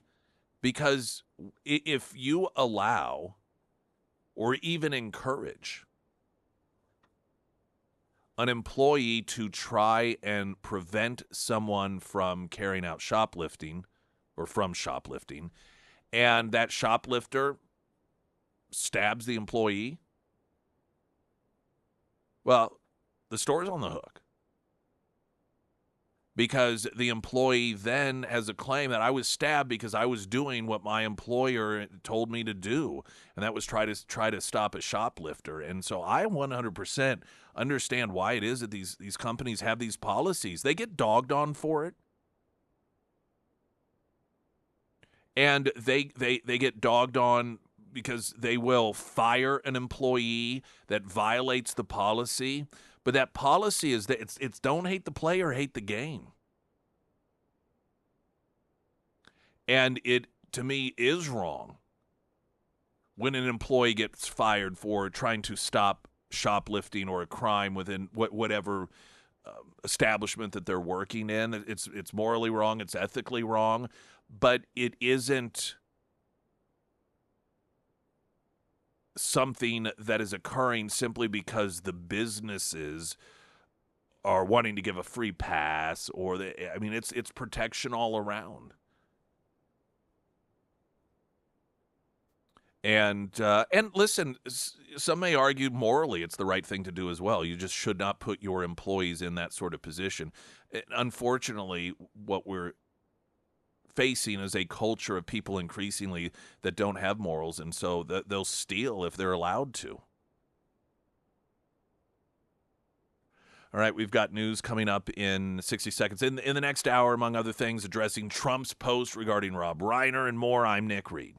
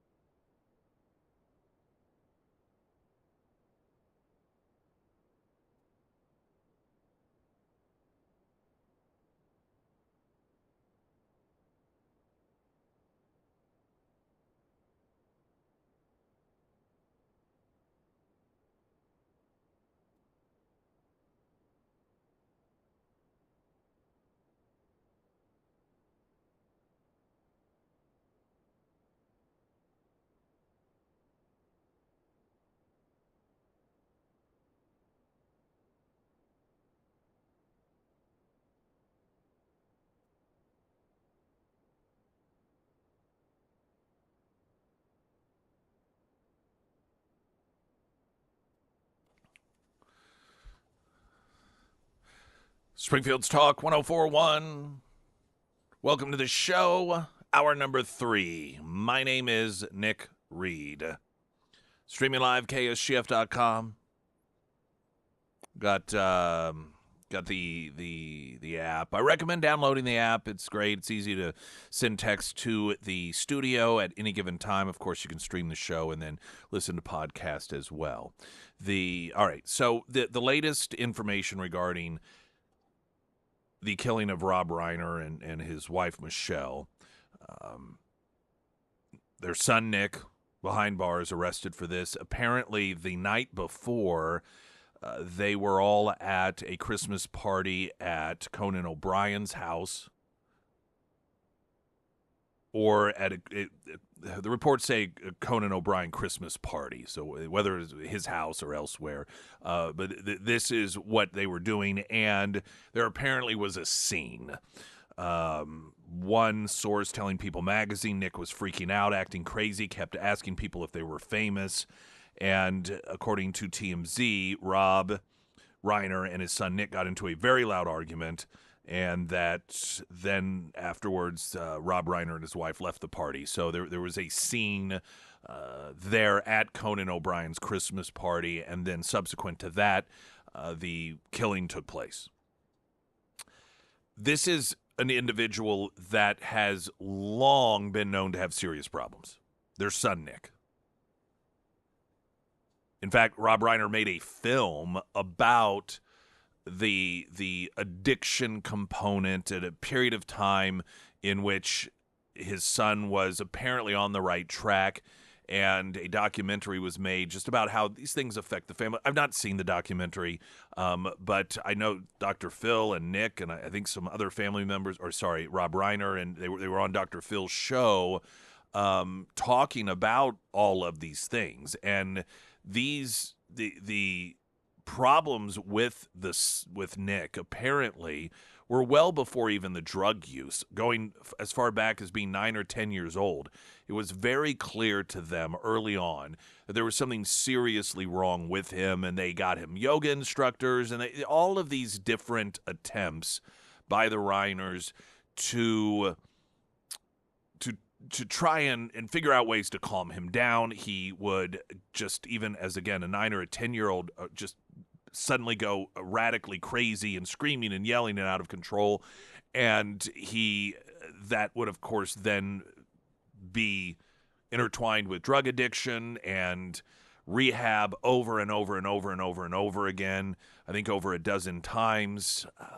At one point, because of his refusal to go back, he was homeless through a number of different states. So this is an individual that his parents have, for a very, very, very long time, been struggling with to try to figure out how it is that they can do anything in order to make things better. When you get background on what it is that they've been dealing with their son, the term that comes to my mind is exhausting. It just sounds as if they had to have been absolutely exhausted ever since he was just a little boy, never having a moment's peace in terms of dealing with him as an individual that was just unhinged and very unwell. And so that is the background of it. Now, I say unfortunately, a part of the news story has become Donald Trump's post on this. And his unapologeticness about the post. For those that aren't familiar, let me read the post. This was just still in the developing hours of the killing, before I think they even really knew too awful much. But I want to say this may have been posted around the time that the son was a person of interest. And Trump posted, "A very sad thing happened last night in Hollywood. Rob Reiner, a tortured and struggling but once very talented movie director and comedy star, has passed away together with his wife Michelle, reportedly due to the anger he caused others through his massive, unyielding, incurable affliction with a mind-crippling disease known as Trump derangement syndrome, sometimes referred to as TDS. He was known to have driven people crazy by his raging obsession of President Donald J. Trump, with his obvious paranoia reaching new heights as the Trump administration surpassed all goals and expectations of greatness, and with the golden age of America upon us perhaps like never before. May Rob and Michelle rest in peace. Now, this is somewhat schizophrenic in nature because on one hand, it has the rest in peace and a horrible, very sad thing happened, but then the attribution to Trump derangement syndrome and the suggestion here that that is somehow what caused the killing, not that didn't drive the killing, but that the anger he caused others through his Trump derangement syndrome caused this to happen. Now,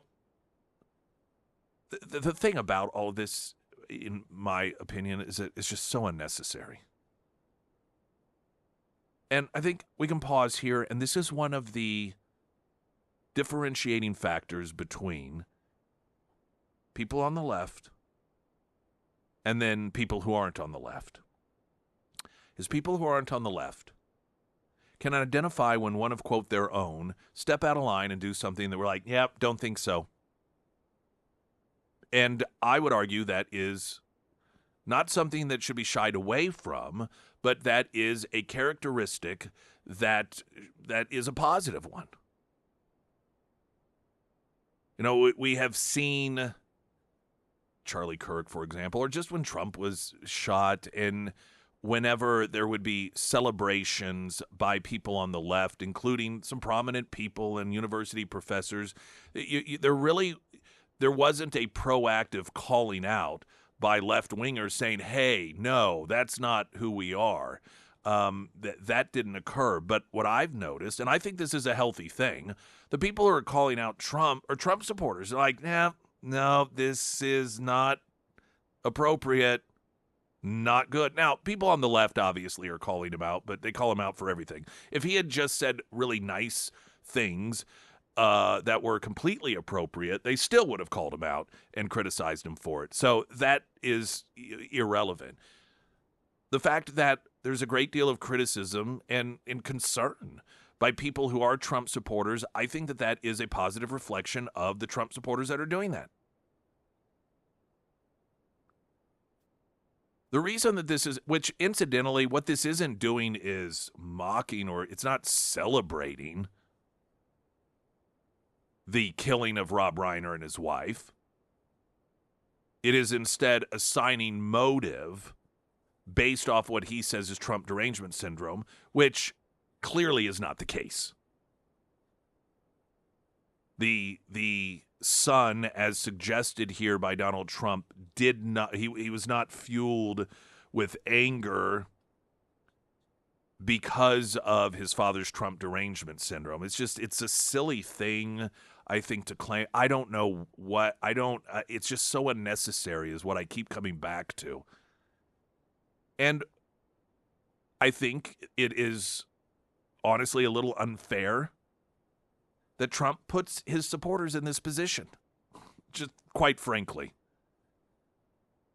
Because his supporters will, as I have seen, acknowledge for the most part, and you're going to get a variety of responses from this, but what we're getting is a lot of, no, this is not right, and this is not appropriate, and this is not something that should be posted, and it doesn't matter if he hated you. That just doesn't matter. This is also somewhat inconsistent with a lot of the other responses to deaths of political opposition that Donald Trump has expressed. He's always, I say always, it seems like at least top of mind, any other high-profile deaths of people that were considered political opposition, Ruth Bader Ginsburg being one of them.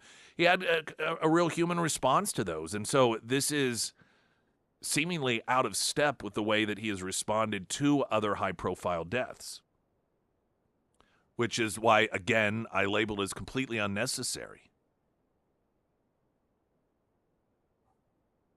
It isn't helpful, and I think it's unfair for Trump to put his supporters in a position that they have to address. I mean, I suppose they don't have to, but it's uncomfortable. And that uncomfortable reaction, and a reaction of, I think for a lot of people, genuine sort of embarrassment and shame, because this is somebody that we support and defend, I think is a positive reflection on the base, that instead of just cheering it on, as I'm sure some people do and will, but it's just different than when you look at what oftentimes is the reaction to somebody, whether it's a university professor that is mocking or claiming Charlie Kirk had it coming, he deserved it, or some of the just real dark, evil, horrific things that have been said, and then those individuals get fully supported and defended. And we're told freedom of speech, freedom of speech. Well, yeah, but that doesn't mean they're not jerks. And I suppose just trying to look for a silver lining in this, as unfortunate it is that Trump puts his, it's not the primary problem here. The primary problem, I would say, is just the posting itself and just kind of the unnecessary nature of it. But the secondary problem, putting supporters in that unfortunate position of feeling uncomfortable and embarrassed, that the silver lining is that you feel uncomfortable and embarrassed by something that was inappropriate, and you're not willing to sacrifice what you know is right simply because somebody on, quote, your side did it or said it. And not everyone can say that. Anyway, that's just my thought. Maybe I'm wrong. Latest news update.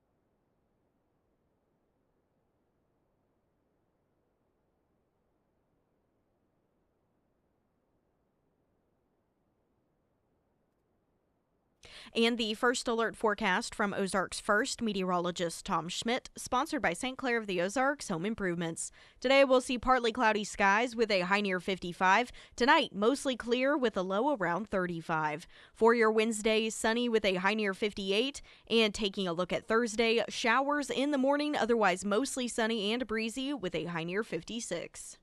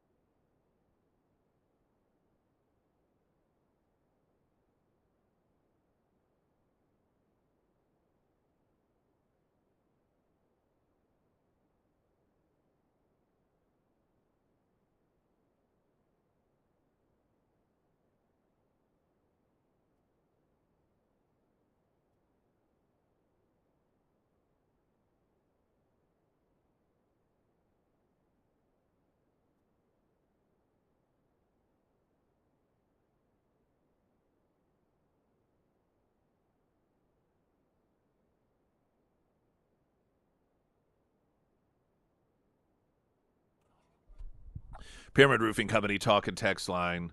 Trump's going to Trump. One of the things that endears him to the common man is his complete lack of political correctness. Given how the left has treated the man over the last 10 years, I'll give him a pass here.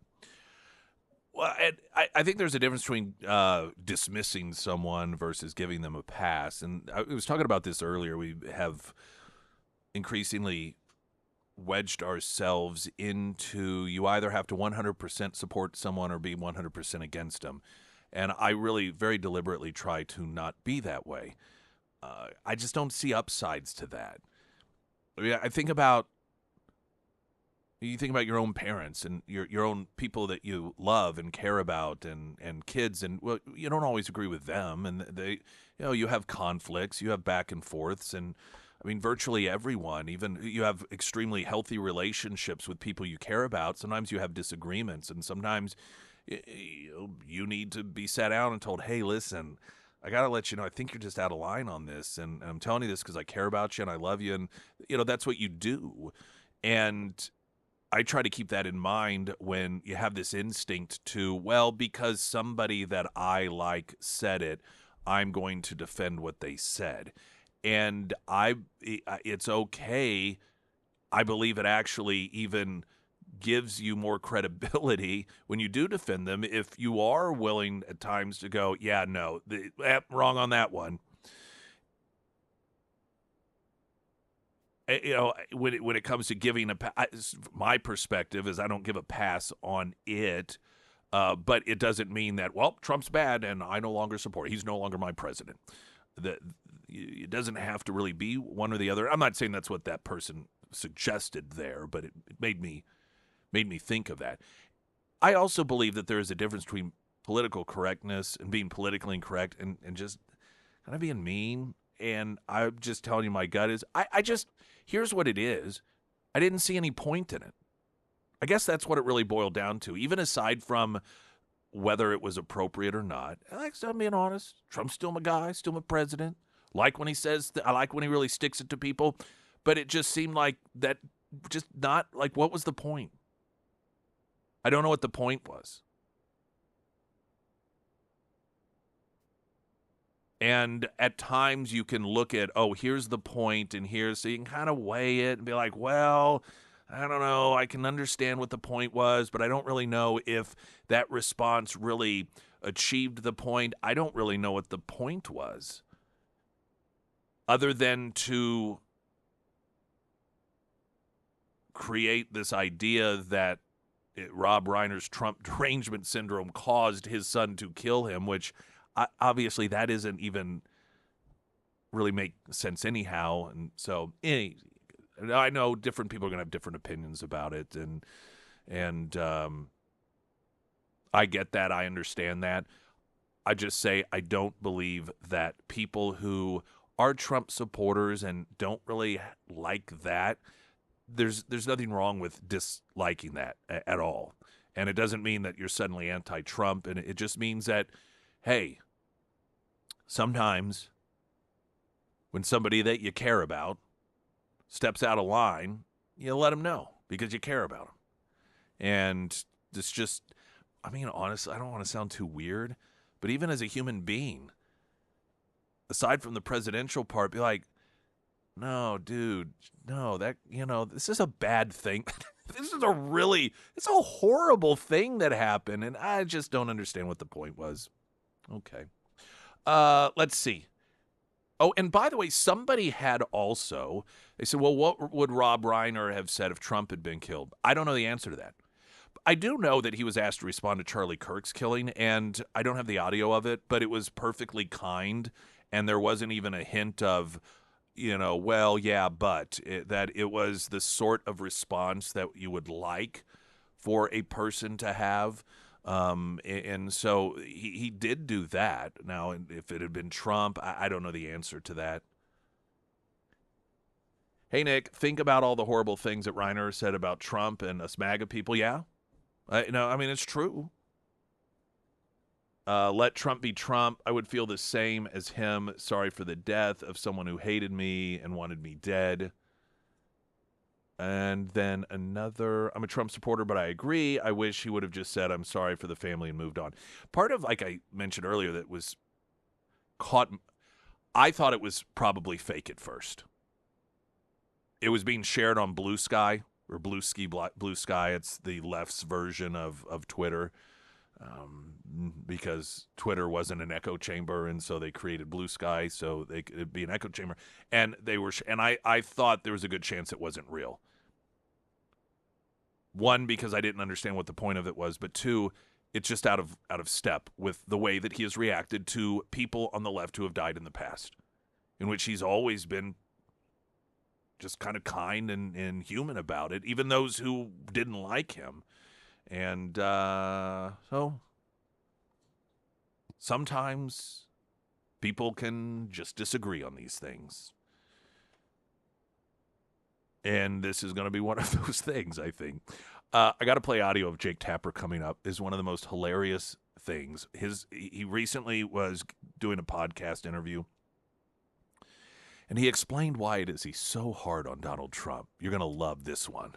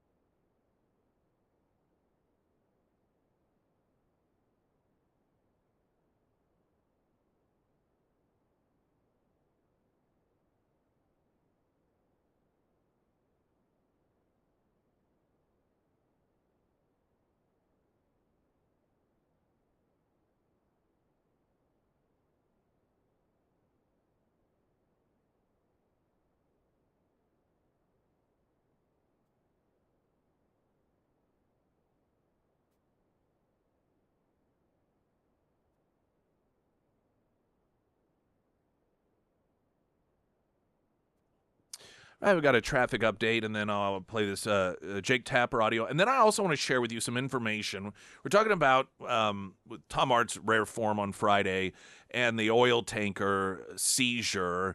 And he's like, well, I'd mentioned that there was a warrant for the seizure, and so it was all by the book. And he's like, warrant? It's just, well, who makes up these rules? And not being an expert when it comes to maritime law or whatever, I thought, that's actually a really good question. And so I did find some information on that I didn't, because I didn't know. I was like, well, how does that work exactly? What is there some international organization? I just didn't know the answer to it. So I got a little bit of information I thought I'd share with you coming up as well.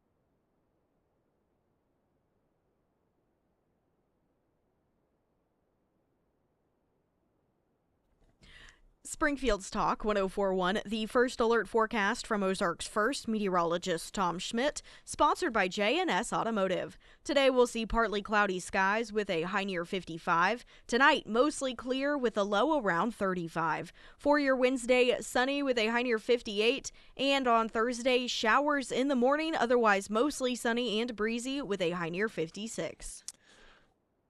Rationalization can be such a hilarious thing, and also a very, very powerful emotional weapon one uses sometimes against themselves.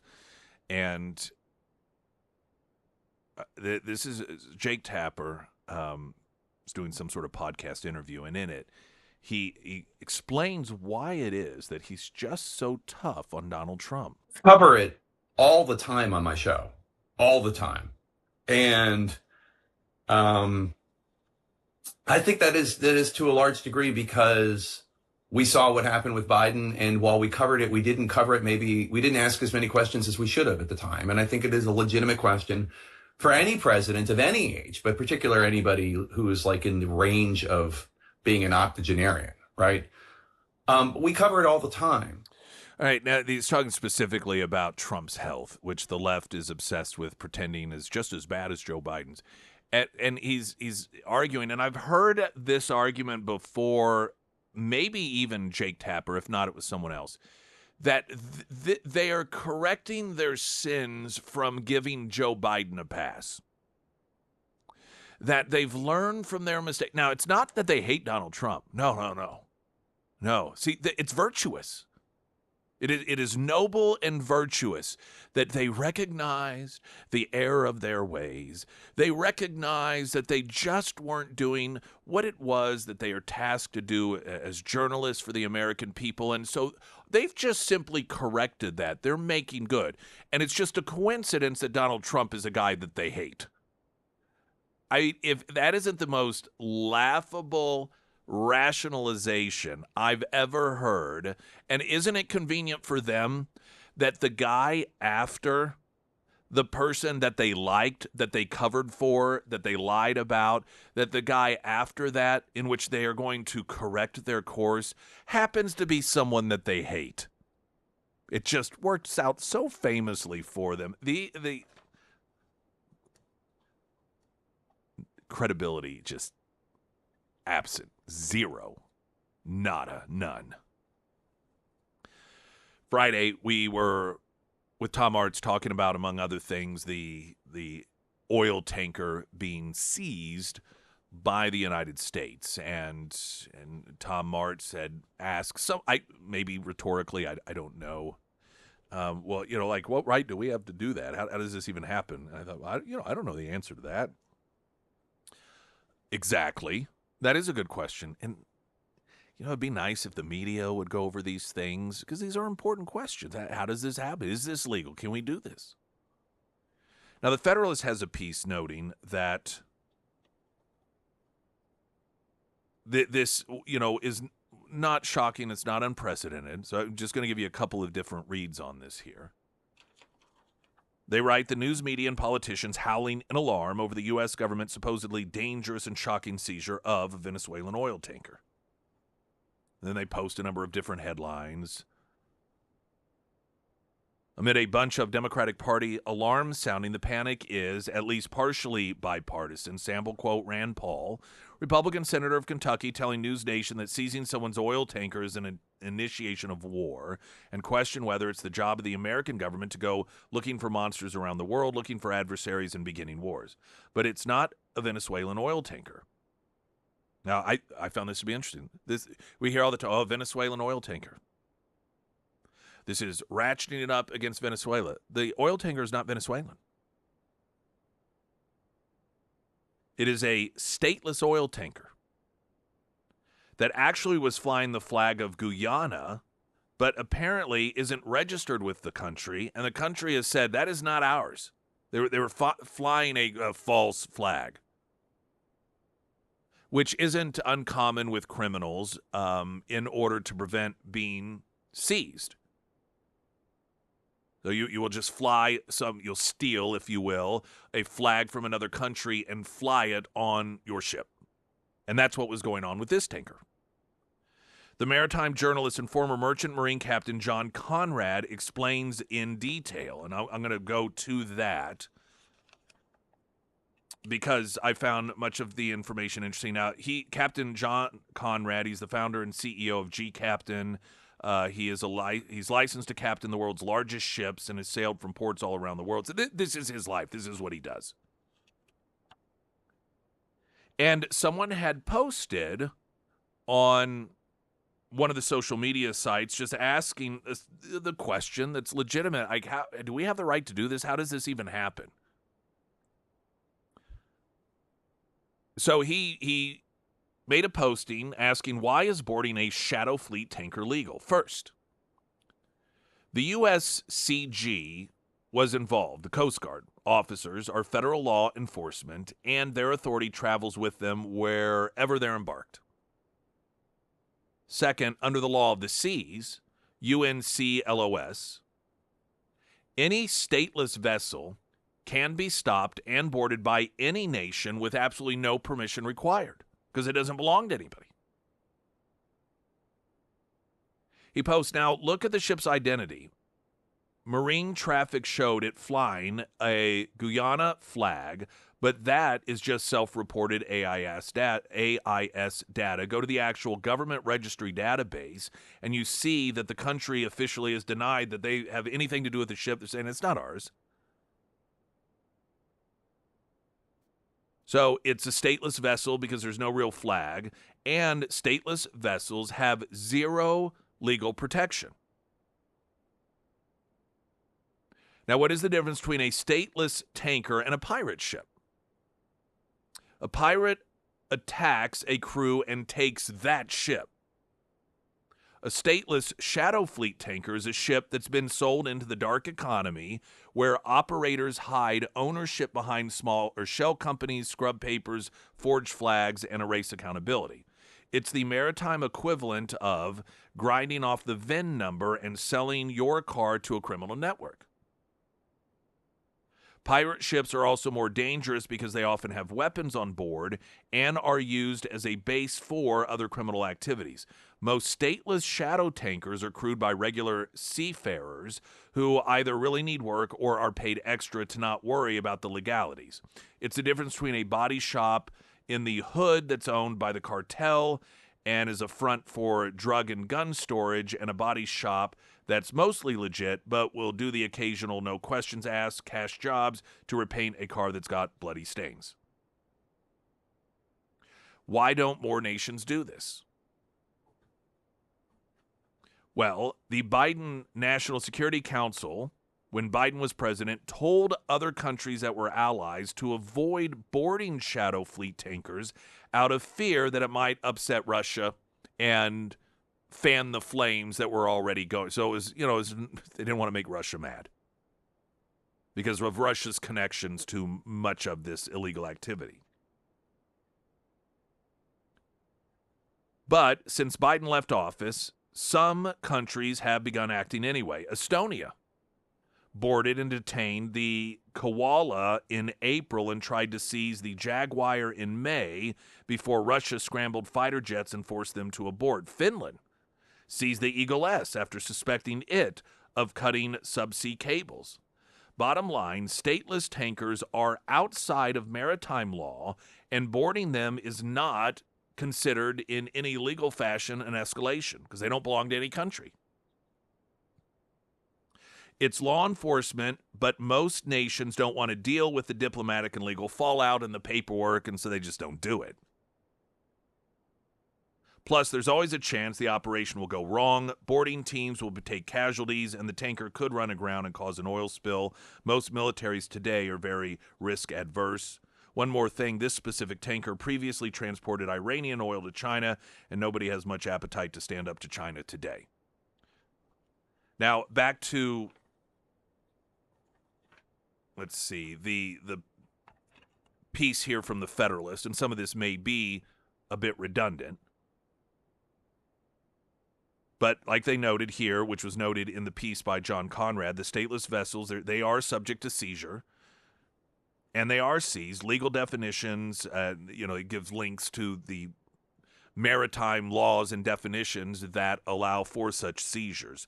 A Kremlin-linked oil tanker detained by Estonian authorities. Again, some of this is recap of what he wrote. The Federalist goes on to note the seizure of a stateless oil tanker is not shocking, not an unusual act of aggression, and not something that only the administration of mean orange Hitler would likely to do. And the piece does go on, actually, to speculate what this is about and what the Chris Bray, who's a former infantry sergeant in the U.S. Army and has a history of PhD, he's written this piece in the Federalist, that it's making 2 points. One, that this seizure is nothing new. Other countries do it, and it's perfectly 100% legally allowed.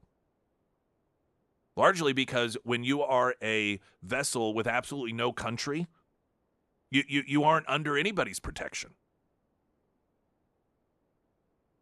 Secondly, what is this really about? And the speculation is this is an attempt to bring down the Maduro regime without having to engage militarily, that this is cutting off money supplies, that while these aren't Venezuelan tankers, that this is the purchasing of oil to send to nefarious actors across the country or across the world, and that money is what's keeping Maduro's lifeline. That is his lifeline, and this essentially is to bring the regime crumbling down because of financial instability when they are already on the brink.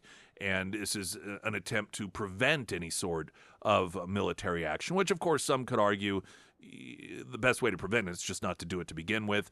But the belief that this is a country that is harboring the Iranians, they are harboring Islamic terrorists, and it is in our hemisphere.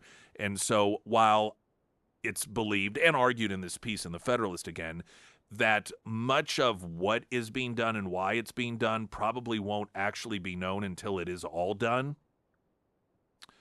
But arguably, the concerns about these enemy actors that want to harm the United States setting up shop in our hemisphere, and this is being done because Maduro facilitates it. And so the regime change is something that is viewed as necessary for national security purposes, and we don't want to do it militarily. So economically is the way that we're trying to cripple them. And while military action has been taken in this context of, shooting these drug cartel narco terrorists out of their boats, like full-blown military invasion is something that is not in any way, shape, or form something the Trump administration is wanting to do, or perhaps they're not even entertaining it, and so they see this as the viable path, and that's just essentially economic warfare. So I thought that was pretty interesting information, and again, the aspect of these tankers and the fact that it isn't Venezuelan, it doesn't belong to anyone, and there is absolutely no legal protections whatsoever for individuals that are essentially on the Black Seas, if you will, sailing these things around for nefarious purposes. That's just not really necessarily the imagery I think the average person gets when they watch the news reports. They think that these are Venezuelan tankers. These belong to a sovereign nation, and this is illegitimate because we are just grabbing up assets from a foreign country, and that's not what was going on.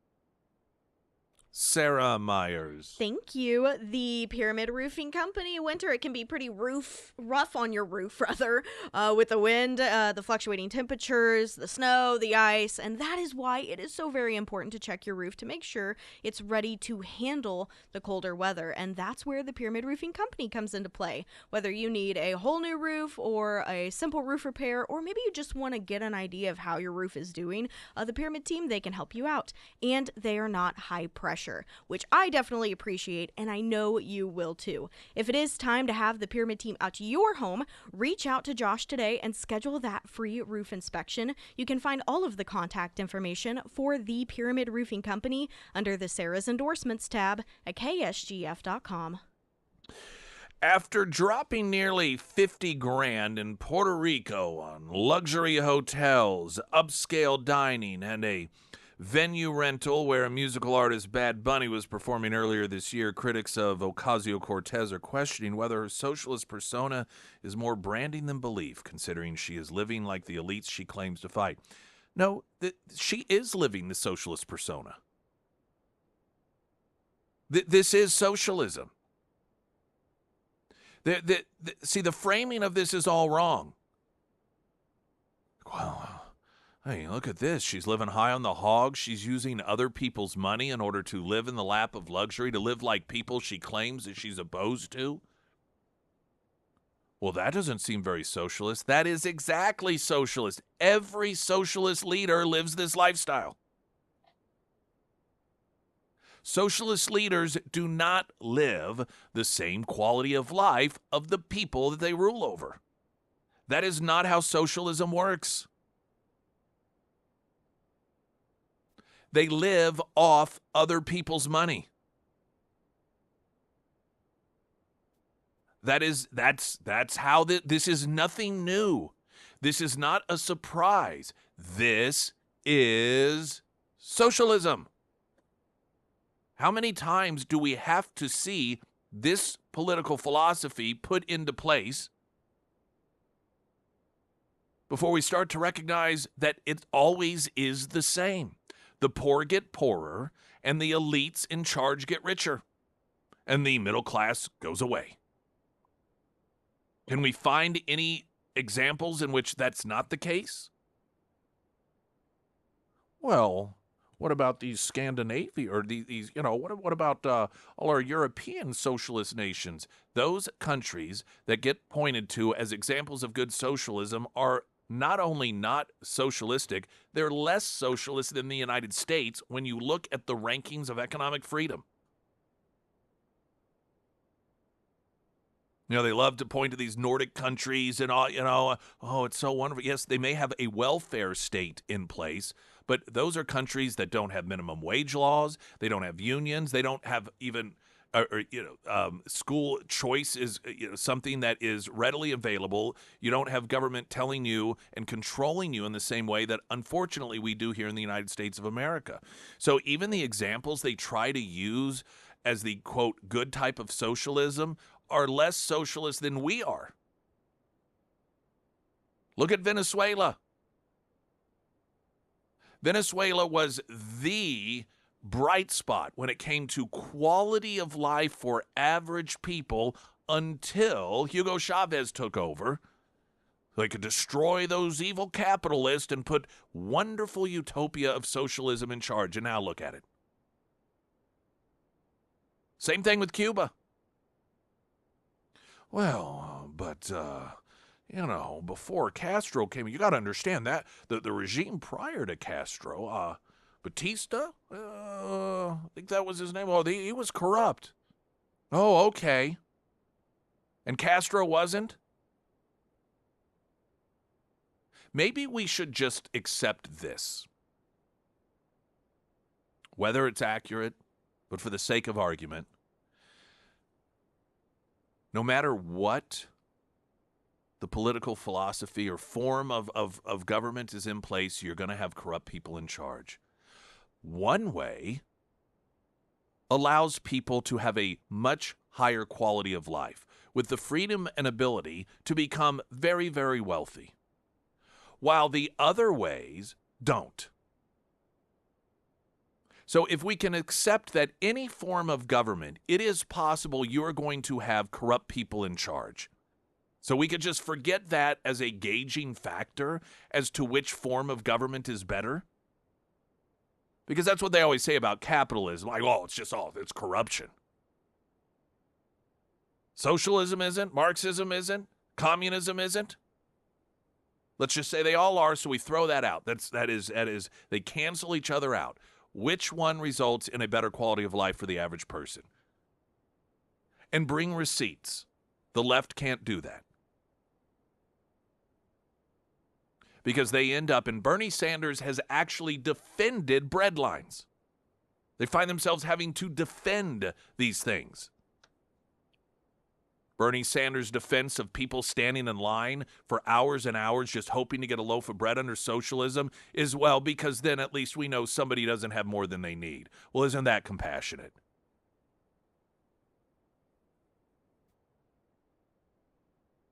When Castro and Hugo Chavez came into Cuba, do you think that they closed down and burned to the ground the mansions of the elites? No, they lived in them. They lived the lap of luxury. Kim Jong-un. I mean, you just go down the list of any government in which it is very centralized, whether it's socialism on the way to capitalism, or it is communism, or fascism, whatever you want to label it.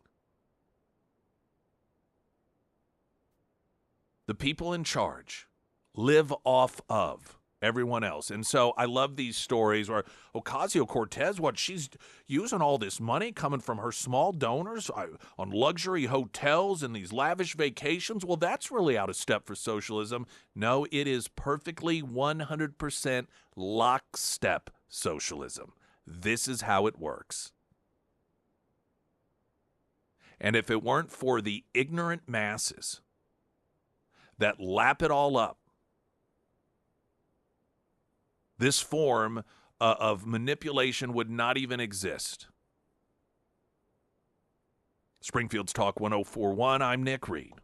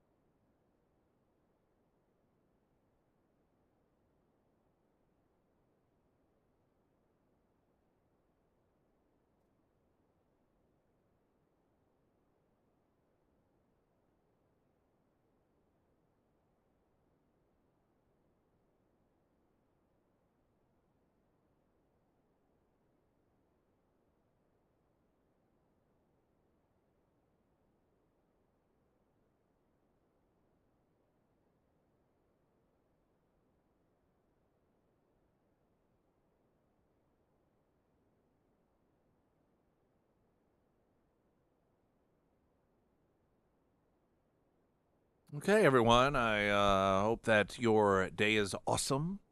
If you miss any of the show, you want to catch it, you can go back, podcast, Spotify, iTunes, find it there. Glenn Beck's coming up next. I'm Nick Reed.